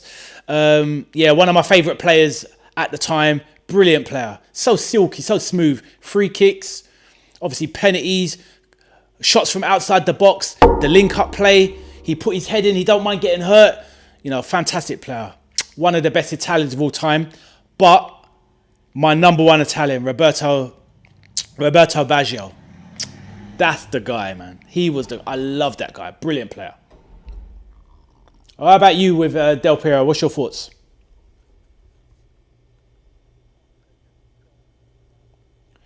But to be fair, what Messi did in our time with the speed and the strength of the players of today, that's what I mean, exactly. But see, the problem, the difference is with Messi in this day and age, they get the protection. People like Maradona, when I was growing up, he was getting booted left, right, centre, getting killed on the pitch. You know, his career, if Messi was playing in the 80s and the 70s and the 60s like Pele and taking those tackles, would he even have survived that long? Do you know what I mean? It's, a small guy. Obviously, he's strong and he's fast and whatnot, but, the strength of Maradona and Pele, the tackles these guys took, wow, unbelievable. So, but football's a different game now. It's a more athletic game. 100%, man. But I've watched football from so many eras. Not obviously the 60s and 70s. I'm not that old, you know what I mean? But 80s, 90s, 2000s, I've seen the change of football, how it's changed. And like these guys now, they're so athletic, man. There's no fat on them. It's like they're horses. They're thoroughbred race horses. They're incredible. The athleticism, it's amazing. And the interesting thing is, certain players, like Del Piero, the technique, he would survive, you'd think, in any era. But maybe Del Piero couldn't even play today because of the athleticism. Because he's not, if you think about his physique and body, he's not the most athletic kind of player. Do you know what I mean? It's like sometimes you are the era you're in is the era you're meant to be in. Do you know what I mean? Whereas somebody like maybe Cristiano, he could survive in any era, maybe, because he's got that athleticism, maybe. So it's interesting anyway. It's very interesting. West Ham, Mateus Fernandes controlling, dictating, halfway line. Bro, did you hear? Yeah. They compare him to those mechanical short metal posts that come out of the ground. I hear you on Messi. I thought you was going to talk about the growth hormones at Barcelona. You know, like, did you know the story? He was very small as a 12, 13-year-old, so they gave him growth hormones, and like people are a bit like, should that have happened? Oh, Castellanos. Oh, Bowen. Good shot in, but Castellanos should have done better there. But yeah, Messi, I mean, yeah, obviously you can see, obviously he's very, very strong, and obviously that low centre of gravity, small player. It's just my problem is when I talk about it's those tackles that some of those players football players weren't protected back then. Can you imagine like certain English players back then, like playing against Messi in Europe, give him a crunch and tackle, they'd take him out. Do you know what I mean? Maybe. That wasn't what I was getting at, but I'm sure he's strong because some of these players these days, they wouldn't make it if they weren't physically strong. Do you know what I mean? But it will be interesting to know, but we will never know, will we? We'll never have a regen of Del Piero. Could he make it in skills-wise? Yes. Could he make it in today's day and age? Physically? Probably. But you know what I'm trying to say? Del Piero was coming at the end of the 90s into the 2000s. Do you know what I mean? It's 20 years, before you know it's 25 years ago. Before we had a young Del Piero, you know? But he's someone you like, one of your favourite players, Del Piero?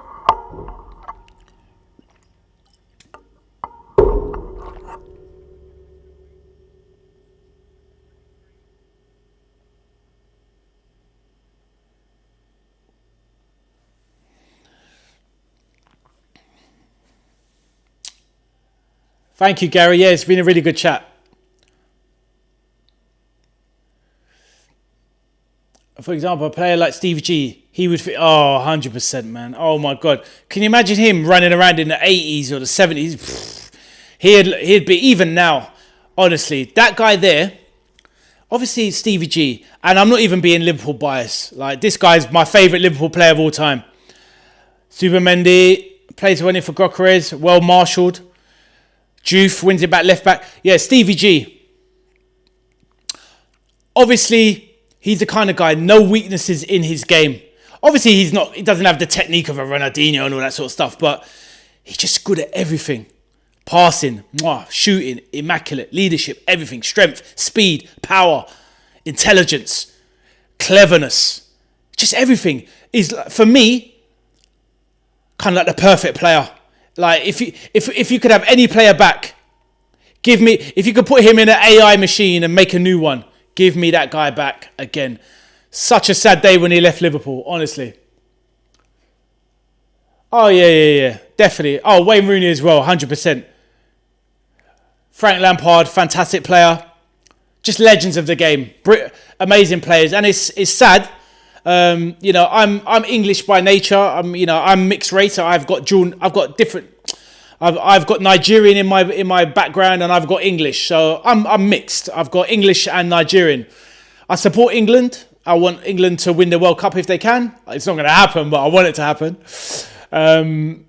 But yeah, those three, Gerrard, Lampard, and Rooney. If you can't win it when you got those three players, you'll never win it. Do you know what I mean? But yeah, that was going to be my other question. I was going to say, so obviously, are you excited about the World Cup? Because obviously your country, Romania, has qualified. What are your hopes and your thoughts?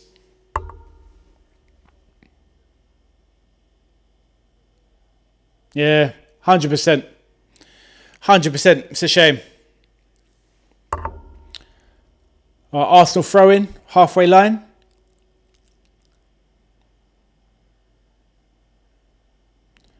Eza plays it down. Declan Rice, the boos have stopped. Quite surprised. Eza, centre circle now, approaching. Flicks it back. Arsenal trying to gain some traction in the match. West Ham really played well. Saliba advances.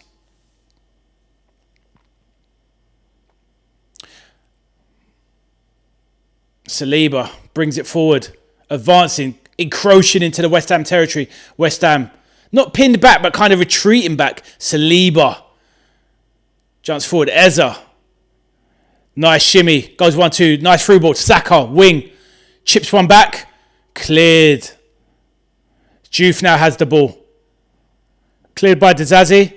Good play from excuse me, Juve that buys, that's not a foul by Saka. Oh, what, didn't Romania not qualify for the World Cup, no? I thought they did. Oh, you lost out in the... Turkey... No, mate, Turkey took our place in the World Cup. You support England in the World Cup. Really? I thought Romania qualified. What? You have to update me. I don't know what happened. I thought that you was in a group with Israel and... Okay, I don't know what happened there.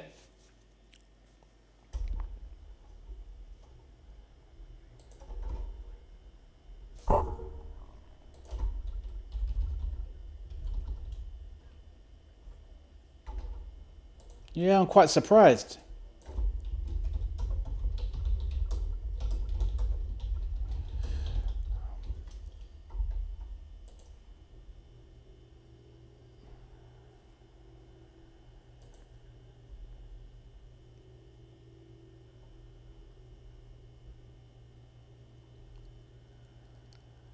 Oh, playoffs. Okay. Oh, yeah. Okay. Oh, that's right. Yeah, because you came in your group. You was in the qualifiers, right? So you lost to Turkey in the qualifiers. Is that right?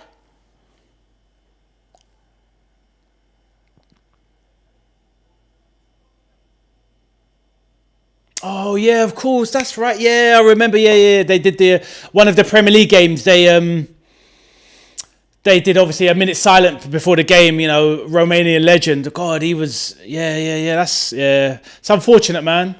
Romania, it's one of those things. It's like, it was part of my childhood growing up. Romania is such a strong team, man. It obviously not top tier, but, you know, certain times, you know, have great World Cups. I remember times when all the players did the blonde hair. And yeah, you know, obviously some legends of the game, the days of Haji and stuff, you know. Yeah, but obviously these players don't come along very often. Georgie Haji, what a guy.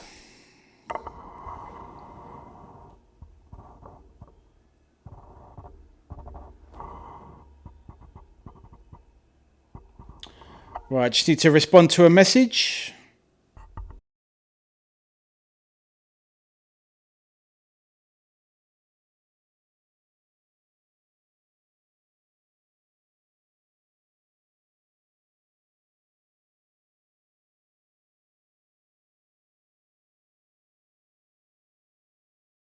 Apologies, that was a family.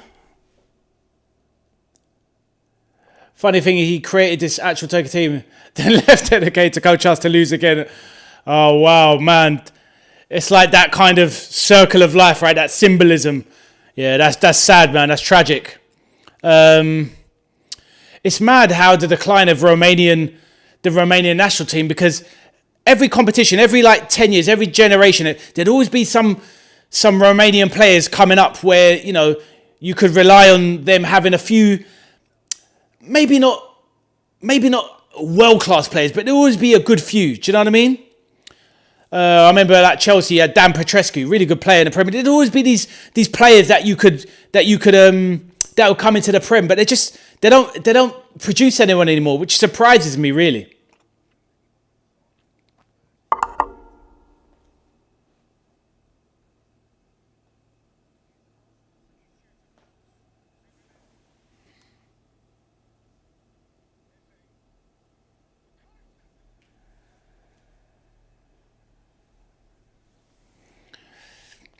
Arsenal are kind of controlling the game, dominating.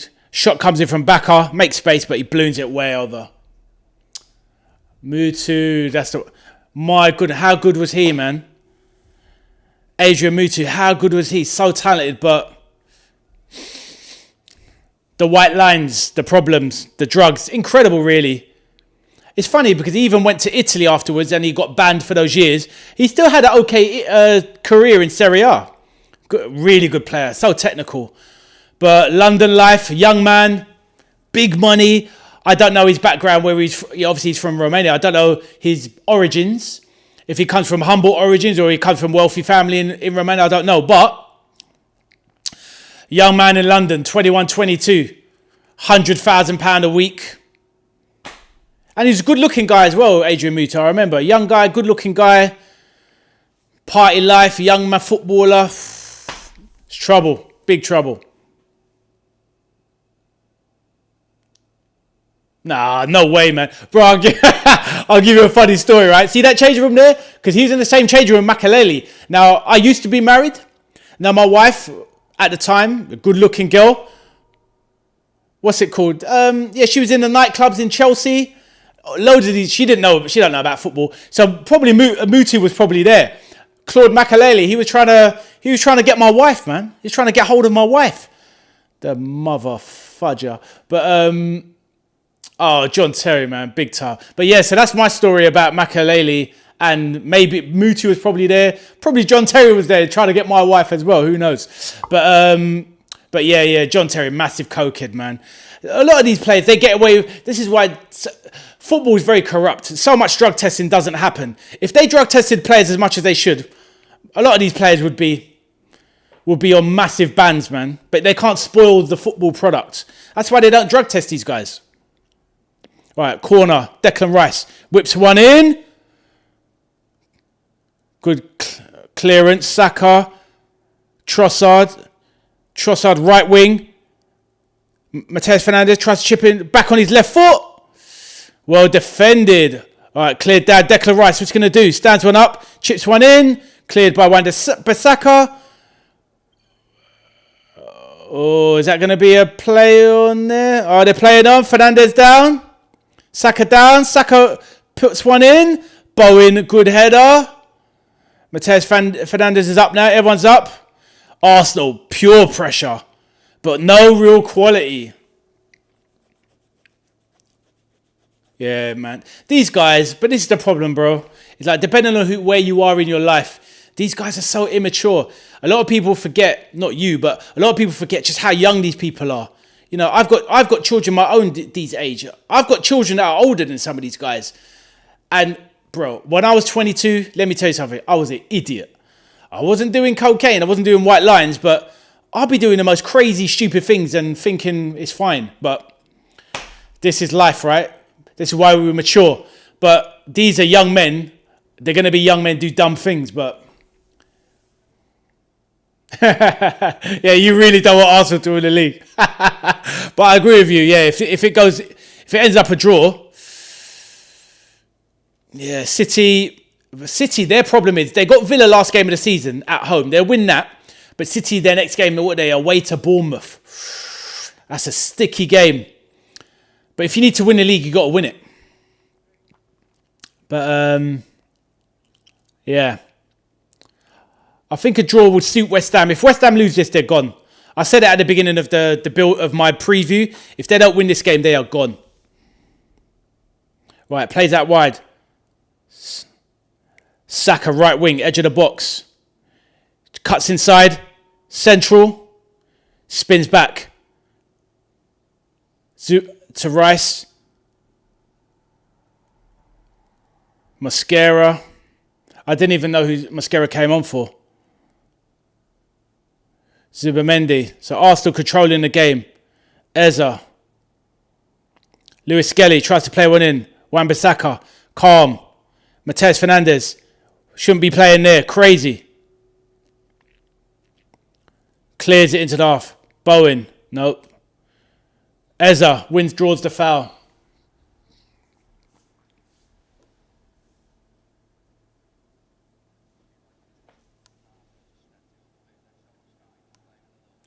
Just got to send a message. What do you need?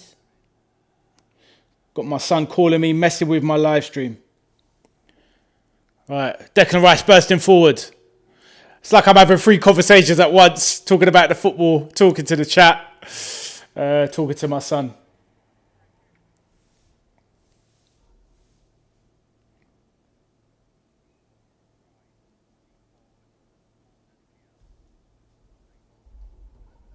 Good driving run from Declan.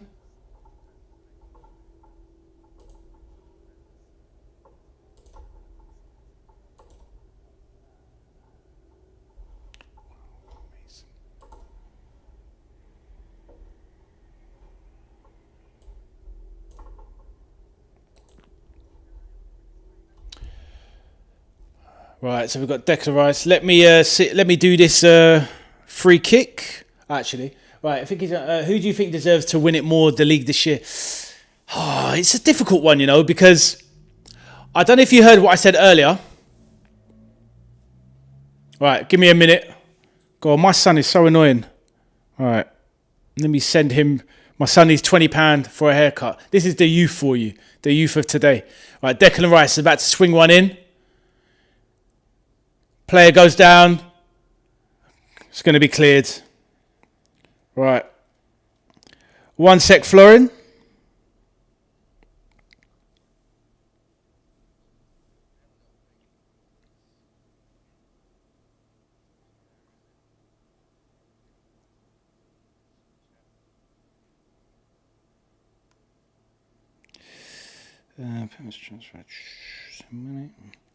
Sorry, chat, give me a moment.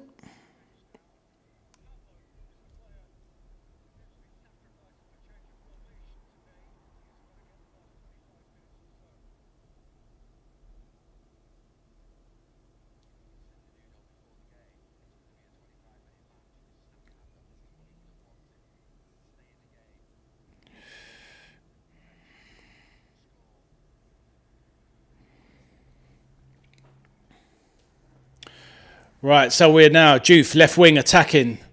Crescencio Samoa, edge of the box. Jinx left, Jinx right. Holds off 2 men. One back by Saliba brilliantly. Mosquera, big boot clear. Breaks to Fernandez. Tries to slip in Bowen. Bowen goes for the shot. You knew he was going to go for the snapshot. Still with Bowen. Recycles. Mavropanos in the Arsenal half. Dizazi. Juve. I think this season, it's hard to say. Yeah, as I was saying earlier, my take is on this. We can't deny Arsenal's consistency. The first 4 months of the season, brilliant. Can't knock them. Built up a nice lead. My problem with them as champions is that they've had at least four opportunities to seal this title. There was the game against Liverpool when we played them. They were, at the time, I think, what were they? 9 points clear. If they beat us, they go 12 points clear. City, no chance. Not going to come back from 12 points. They draw 0-0 with us.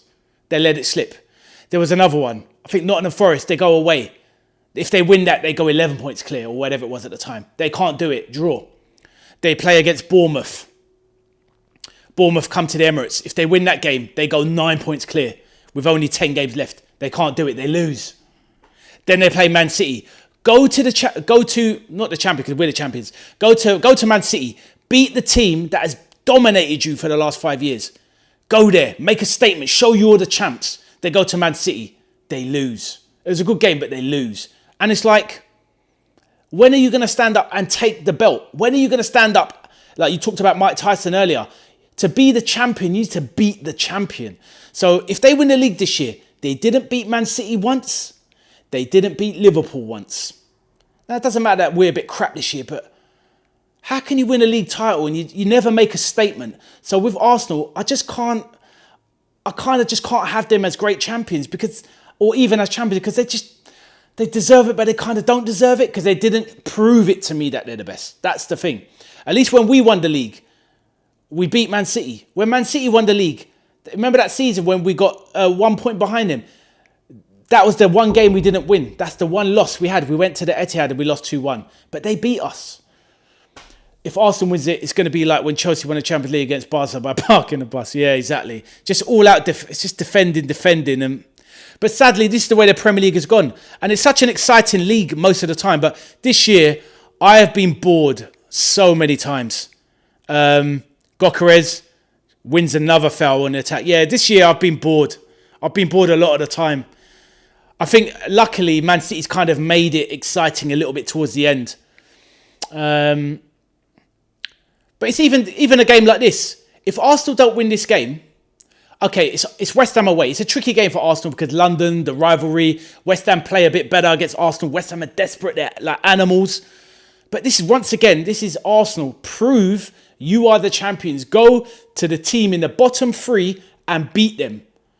Can they do it? They've got 22 minutes to prove they're champions.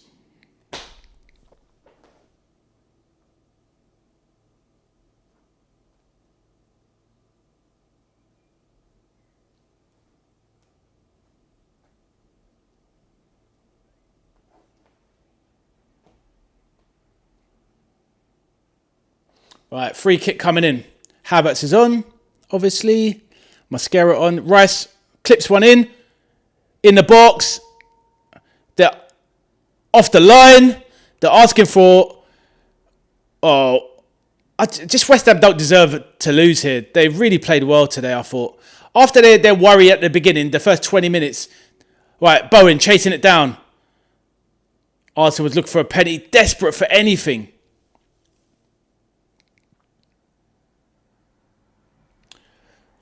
Who do you think played the best football this year in the league? I believe Villa at times showed way superior football compared to Arsenal. I can't... Oh, they're doing a check for VAR. Nah, that's... Come on. You can't give a... What's he meant to do? He don't know where the ball is. He don't... He can't... You know... You can't give a penny for that. If they give a penny for that, football is finished.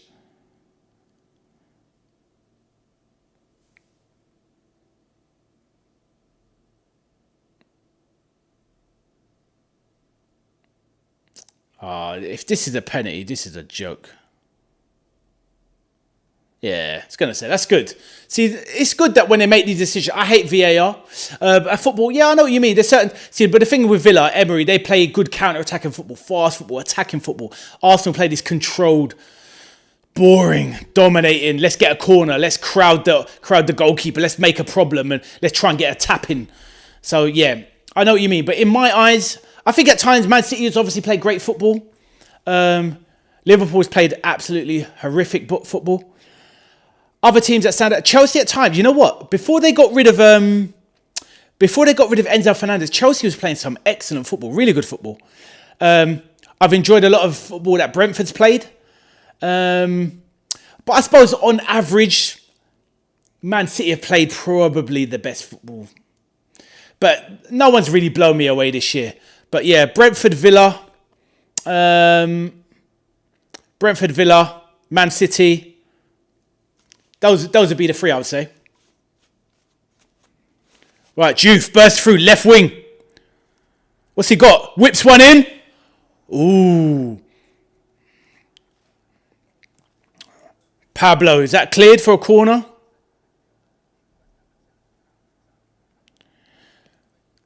But when you're talking about football, we're talking about... Did you watch the Champions League? Bayern Munich and PSG, that first game?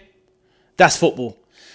And it was such good football that it wasn't like it was the greatest football I've ever seen, but it's like football how it was for the previous 5-10 years. It was just fast football, attacking football. But it's so rare now because everyone's on... We're so stuck with this kind of boring, rigid Premier League, backward football. Yeah, exactly. That's what I mean. Chelsea play underneath Enzo. Underneath Enzo Maresca, they were playing some really good football. With the young Brazilian Esteval, some amazing stuff. Cole Palmer's playing well, but he's dropped off a cliff. Cole Palmer, to the point where he might even go to the World Cup, which seems crazy to me. But like you, I'll be supporting England in the World Cup. So How come you you'll follow England, and if not, I know Romania's not there. How come England is like your second team? Is it because you like the Premier League? Or English football, Premier League, basically?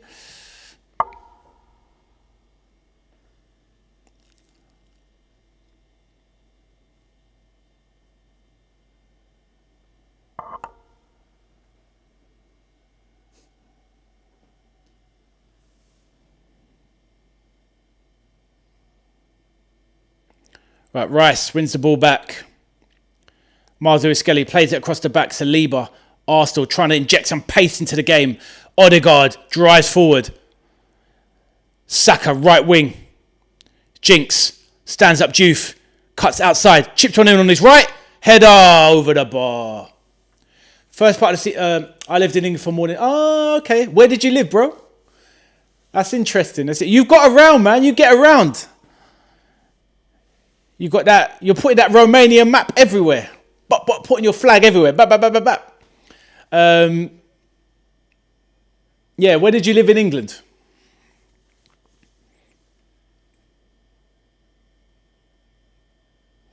Right, 74th minute, 0-0.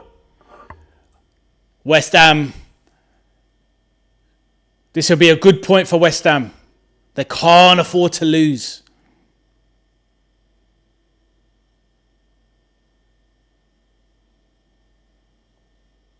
Trossard drives left wing. Stood up.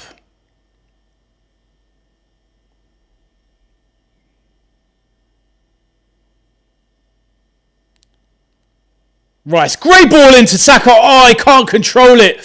If he controls it, it's 1-0. Was it offside? Oh, it was offside anyway. What a pass from Declan Rice. Like, drives one forward.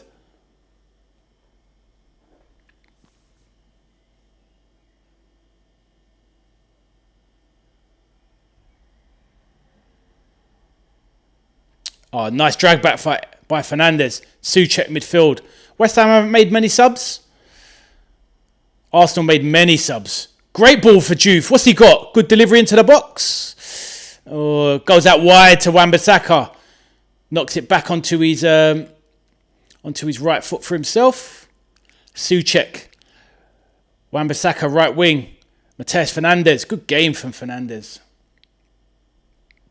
Wan-Bissaka. Right, Wan-Bissaka bursts into the box. Bowen in the box. Drives. Puts it across. Raya makes a camera save. Gives away a corner. Bit of a camera save. Strange. Oh, cool. London and Northampton. I've been to Northampton a couple of times. I'm born and bred in London. I lived in Stoke Newton. I grew up in Stoke Newton, Hackney my whole life. Lived in most parts of London.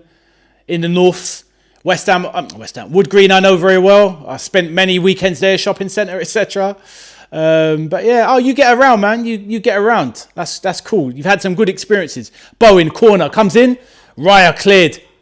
Oh, Fernandes drops. Needs to get it back out wide again. That's a great punch from Raya, that was. Good clearance. 75 minutes. 15 minutes to go.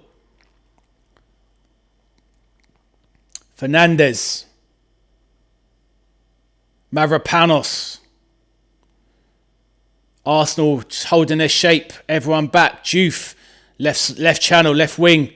Crescencio Somerville drives inwards. What's he got? Whips one in. Ooh. Souček wins it. Mavropanos. Cleared by Trossard. Arsenal can't get out the half. Wan-Bissaka got them penned. Juve. Somerville. Foul by Saka. That's going to be a yellow, surely. Yeah. Saka deserved a yellow for that one, 100%. Saka looks tired. Lots of subs made by Arteta. Obviously, they had the Champions League game early in the week, so that would make sense. West Ham should be able to get through the 90 minutes with relatively an unchanged team. Nuno pointing and gesticulating, organising his team. But the thing is, though, I hear you, Florian, but if they draw this, I need to look at the league table again, because I think that even with...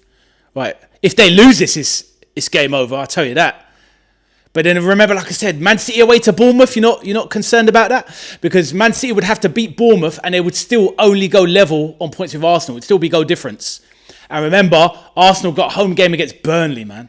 Burnley. So imagine what they could do to Burnley. Right, but Souček, what's he got here? Fernandes? No way! Oh my goodness, he's through on goal, 5 yards out. Raya saves him, but it's offside anyway. Or was it onside? Has he not scored that? Oh my God, he was onside, surely.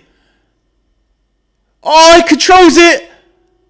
He took an extra touch. Oh, does he not score that? Unbelievable save from Raya. Good feet, but... Teta headed his hands. He can't believe it. His stomach must have fell out of his backside. Unbelievable. That was it. That was the title slipping away right there. Right. Corner comes in. Bowen. Deep. Back. Gyökeres clears it. Arsenal in trouble. Yeah, well, that's you being optimistic. Burnley drawing 2-2 with Villa. If they go Arsenal and Arsenal need to win, that's a win for Arsenal. But obviously, if they only draw this, then I know confidence can get shook. But, Somerville done him. Beautiful. Mosquera, going to be a yellow there. Mosquera embarrassed by Somerville. Nutmeg. And he went to leave him, but Mosquera, geez, he is fast. Big, strong, and fast. Yeah, true. They do. Yeah, you're right. But then if they win that by 1 against Bournemouth, but then, I don't know, Arsenal beat Bournemouth, Burnley 4-0, it takes it out of their hands. Anyway, Sakharov getting booed. Sakharov for Madueke. Not a good game from Saka there. But imagine the league could get decided on goal difference. Crazy. It would be like that Man City, Man United season 2012 when City won the league. Goal difference. Aguero. Right. Mateus Fernandes. Really good game. Cross into the box. Mavropanos. But he doesn't keep it in.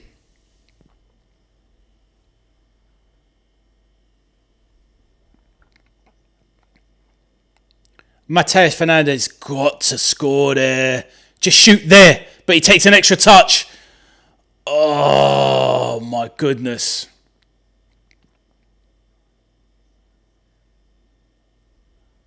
Tried to go near post. Should have went wide.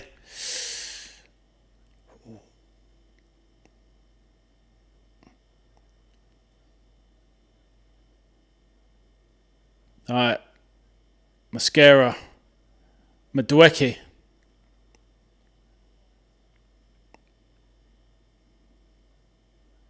Odegaard. Good through ball. Madueke. Poor cross straight into Hermanson's hands. Too easy. Nothing doing there. See, the thing is, Florian, normally I would agree with you that Crystal Palace could. But that Sunday, the final game of the season, 3 days later, Palace conference final, man. They're in the Europa Conference League final. They're not going to play their first team against Arsenal. 3 days before that. No way. Or it might be Thursday. But either way, they're going to rest their first team. It's going to be like the other day when Nottingham Forest played Chelsea away and Nottingham Forest put out their B team versus Chelsea. They still won. But they're going to rest all their players. Or most of their players. Adam Wharton, Mateta, all those guys. They're going to rest them against Arsenal last game of the season. Ball into the box. Cleared. Havertz doesn't do enough. Oh, my feet's gone down. Oh, come on, what's going on? Poor final pass as Havertz drove into the box. Odegaard looking for the foul. Havertz in the box. Madueke edge of the box. Mosquera. Madueke. Right wing. West Ham in a good shape. Mosquera, Odegaard, edge of the box, right side, cuts inside on his left. Back and forth, driving into the box. Declan Rice looking for, what's he looking for? It's in. It's in. It's a great goal. Trossard. That's what champions do, man. You was asking me. That's what champions do, to be fair. 5 minutes ago, they should be 1-0 behind. 5 minutes later, they're 1-0 up. I think that's the title, man. I think that is the title.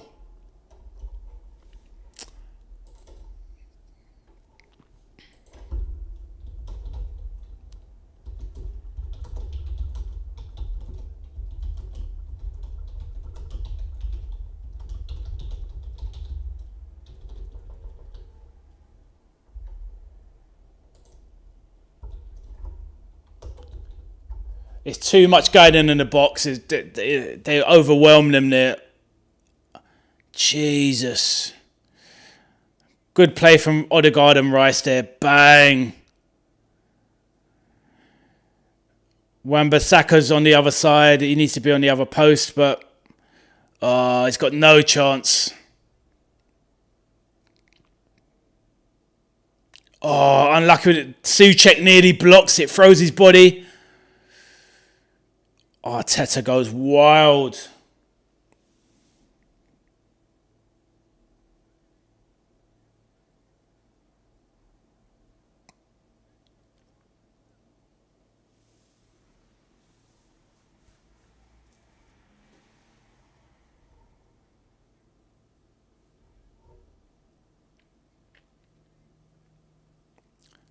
Trossard, 25 games without a goal. Wow. So they have a 5-point lead at the top of the table. Man City need to do their best to take it to the last game of the season. They need to beat Bournemouth. Then they got Palace. And then it's the last game of the season. But Arsenal, they got it in their hands. West Ham needed that point. They're in real trouble now. They needed a point.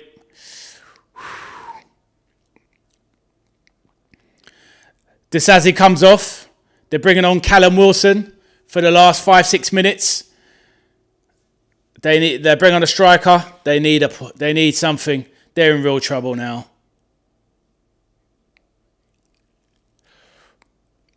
West Ham desperate. Well played by Lewis Skelly.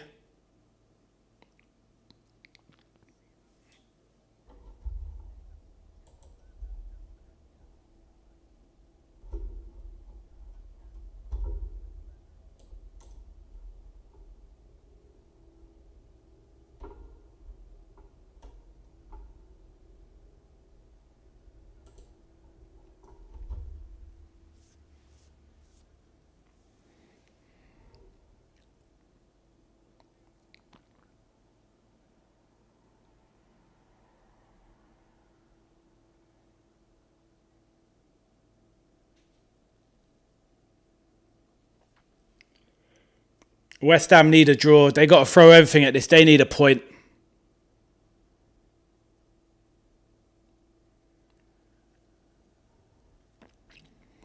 Drama. Late drama. It's the Premier League. That's why everyone loves this league.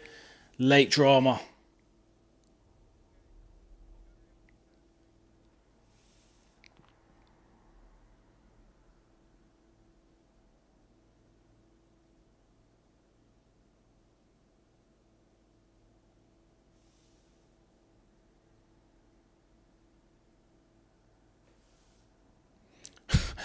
Bro, they are going down. They are going down to Chinatown, man. They're done.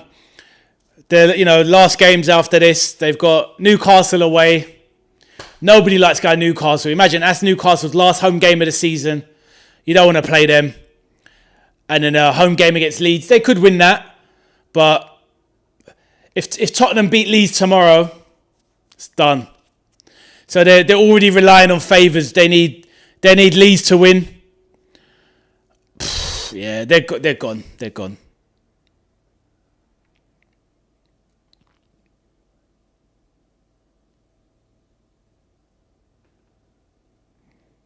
It's an unbelievable save. Fernandes had that chance. He's got to bury that.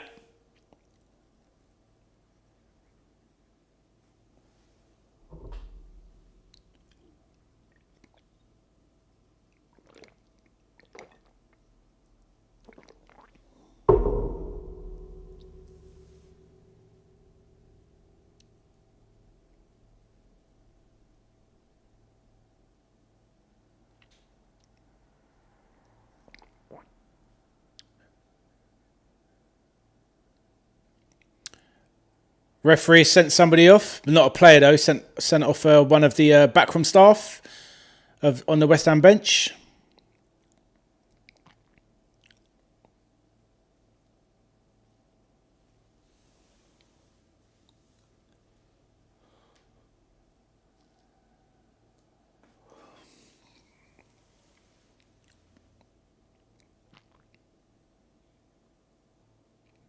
All right, pumped forward by West Ham. Gokares wins it down. West Ham clear. Some of it, Wilson holds up, but he's fouled.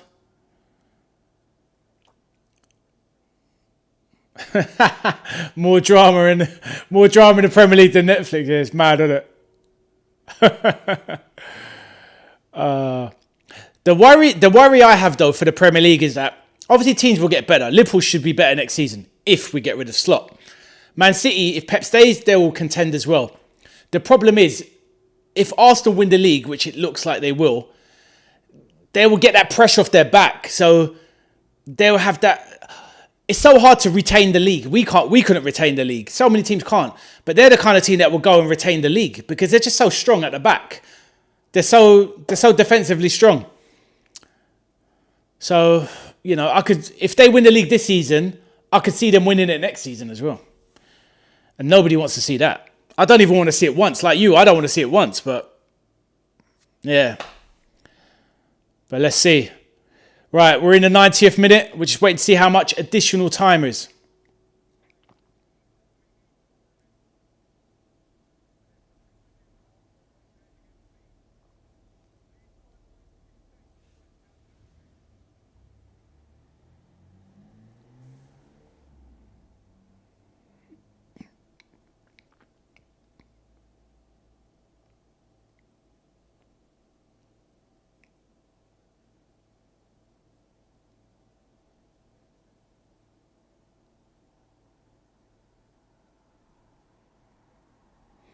Raya clears it all the way down to the West Ham right back spot. Right, stoppage time. How much is left? 6 minutes additional time. Yeah, 5 minutes. Yeah, they just beat you to it. Yeah, 6 minutes. Saliba back to Raya. Just going to pump it long. They just want this 1-0. West Ham have got to produce something.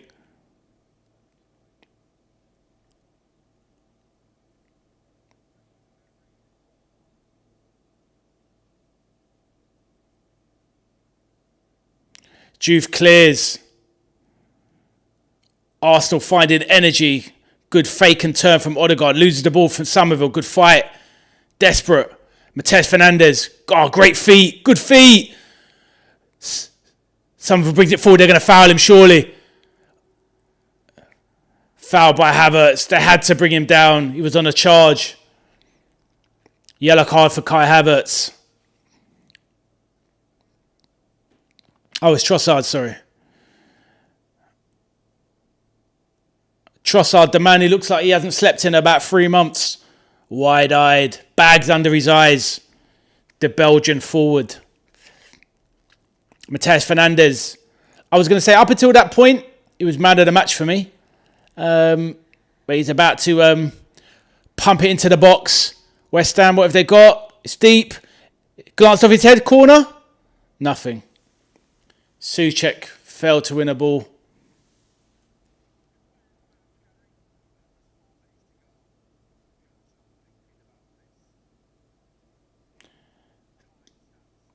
Oh, what a save that was.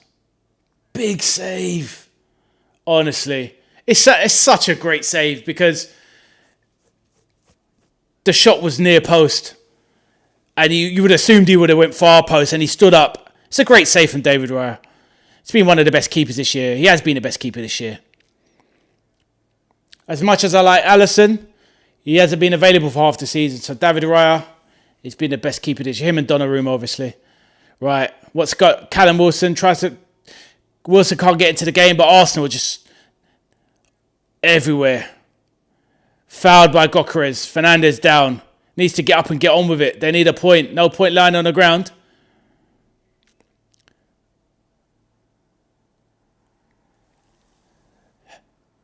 Hermansen.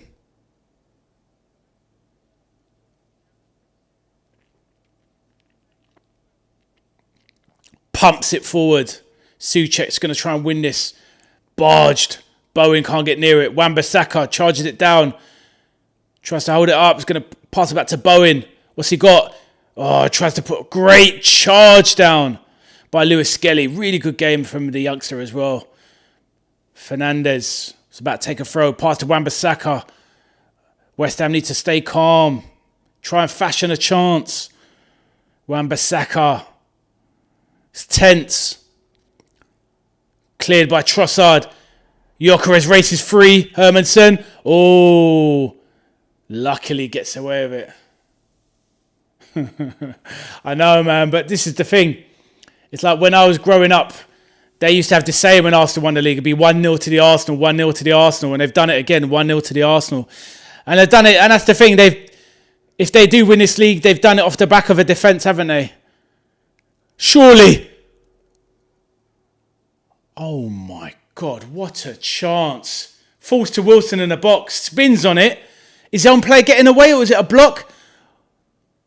Oh, blocked by Gabriel. Unbelievable. That's going in the bottom corner. It's going in the bottom corner. Raya's not saving that. Gabriel, what a block. Unbelievable.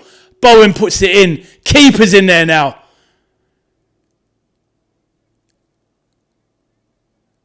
Oh, it's in! That's it, surely!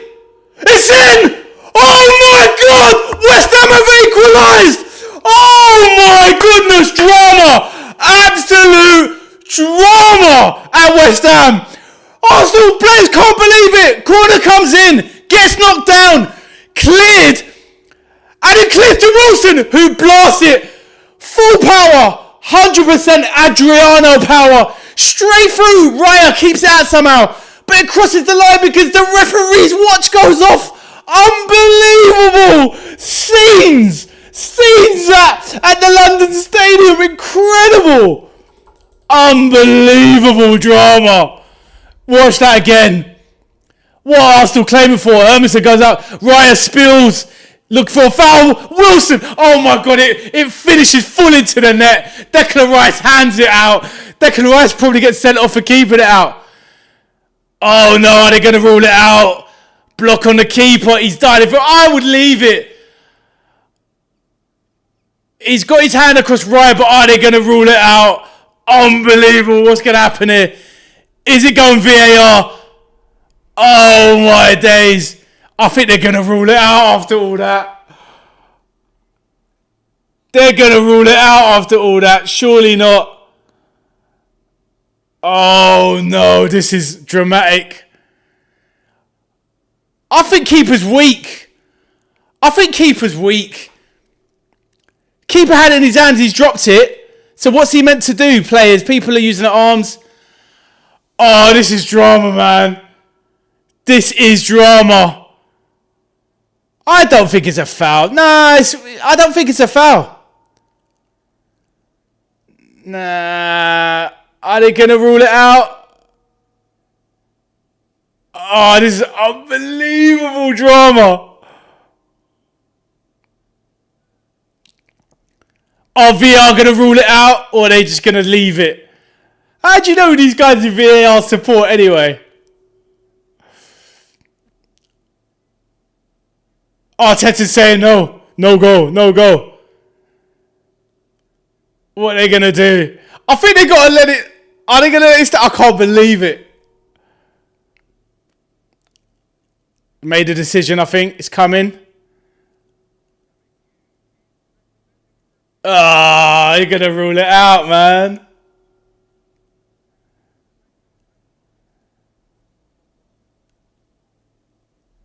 When they send them to the cameras,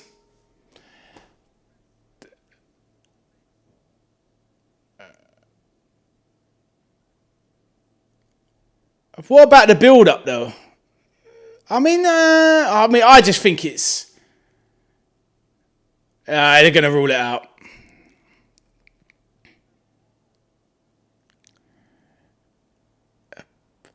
But he had it in his hand. Keeper should do more.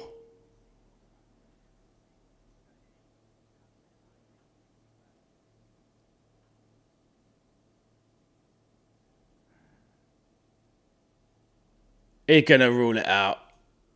Is he going to rule it out? He's going to rule it out.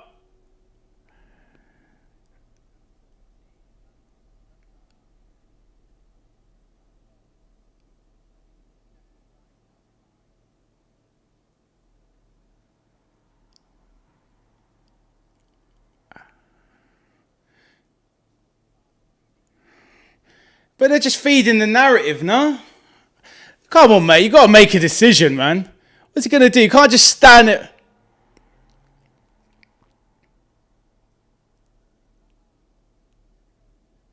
Yeah, he's going to rule it out.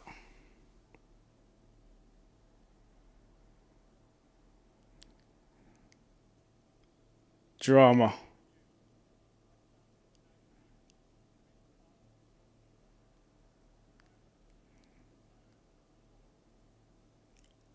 Oh, wow. Ruled out. Drama. Drama. Unbelievable drama. My voice has gone. Gone. That, just...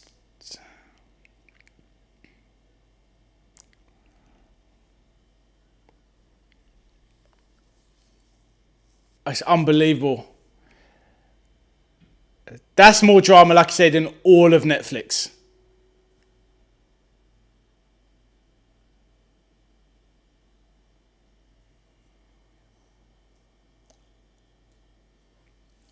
Unbelievable.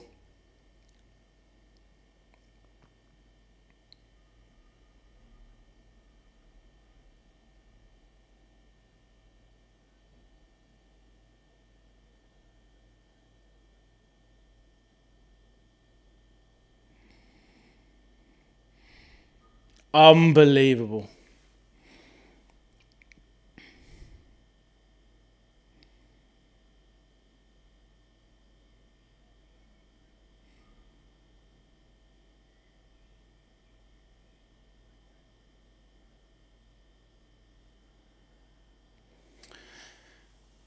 What have they got? Have they got anything else?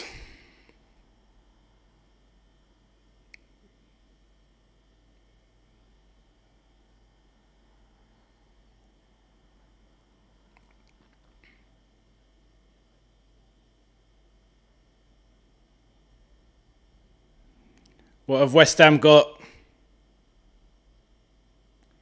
Flick on. Wilson, flick, nice flick over. West Ham, battling. Cross into the box. Oh, good defending from Arsenal. Oh, throwing. They got time maybe to launch one into the box. VAR penalty check. Oh, check complete, nothing. Oh, what is going on here? This is madness. He's got to launch it in there. Put it in there. Oh, goes wide. And it looks like the game. Unbelievable drama. Yep, that's it. Full time. Full time at the London Stadium after one of the most dramatic endings I have watched in football in a long, long time. Arsenal have sealed the deal with a 1-0 victory. And for me, that's the title wrapped up. Unbelievable drama at the end. West Ham looked like they'd nicked a point.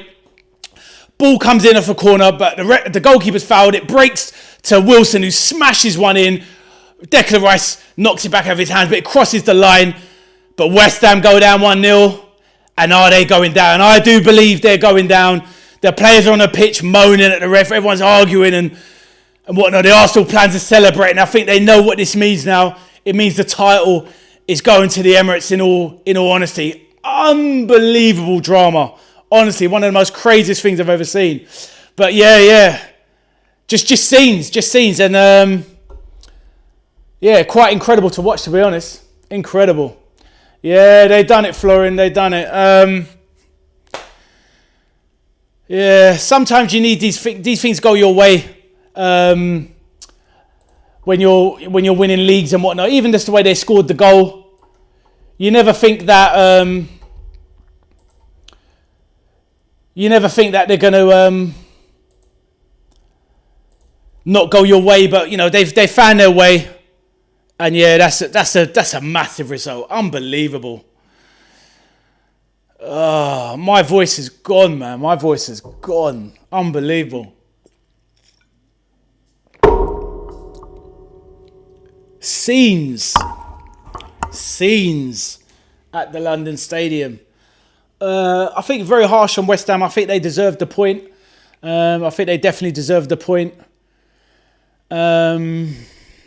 Yeah, real shame for West Ham, real shame. But that is definitely the way the cookie crumbles. But yeah, that was a very enjoyable watch along. Lovely chatting with everyone in the chat. Pleasure chatting to you, Florian. Nice to have you on board. Really good talk there. Hope to see you again on the next watch along. Going to be doing the Liverpool Aston Villa game on Friday. So hopefully I'll catch you then. But yeah, really good. And may things keep going well for you in Amsterdam, in Holland. I'm not sure if you're in Amsterdam. Let me know if you are. But yeah, hopefully the weather's good for you over there and you're enjoying all of the good weather and the Netherlands ambience. So yeah, really good game, really good chat along there. Unbelievable game, really, unbelievable.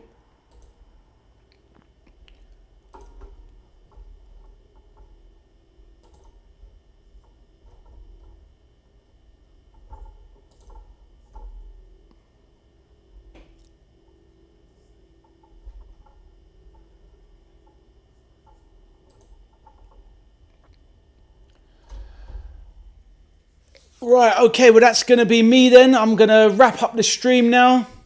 It's been an absolutely enjoyable game to commentate on and to share with you all. Thanks for the few that dropped in and had a good conversation with me, particularly number one chatter there, Florian. Really good conversation, really good guy. Liverpool fan, Romanian Liverpool fan, living in the Netherlands. You can't get more cultured than that. Chatting to me live on YouTube in England. So yeah, absolutely really enjoyable. Hope to see you again sometime. And yep, to anyone else in the chat, lovely to see you, love to speak to you. Please do drop a like on this video. Drop a subscribe on the channel. It really helped me grow and try and foster a nice environment where we can talk more about football, certain video games that we play, etc. So it would be a pleasure if you could like and subscribe. And on that note, my name is Ade. I'm the veteran arcade soldier, and I will see you on the next one. So we sign off here at the London Stadium. Arsenal digging deep, getting a 1-0 win. And is that the game that has sealed the title for them? And is that the game that sends West Ham down? Unbelievable. Pleasure. Thanks, Florian. I'll read your last one. Pleasure was all mine. Have a great evening. Yeah, I'm just outside Amsterdam. Catch you next time, mate. Yeah, definitely, brother. Catch you next time. Thank you and take care. Look after yourself. So thank you once again, everyone. I'll see you next time.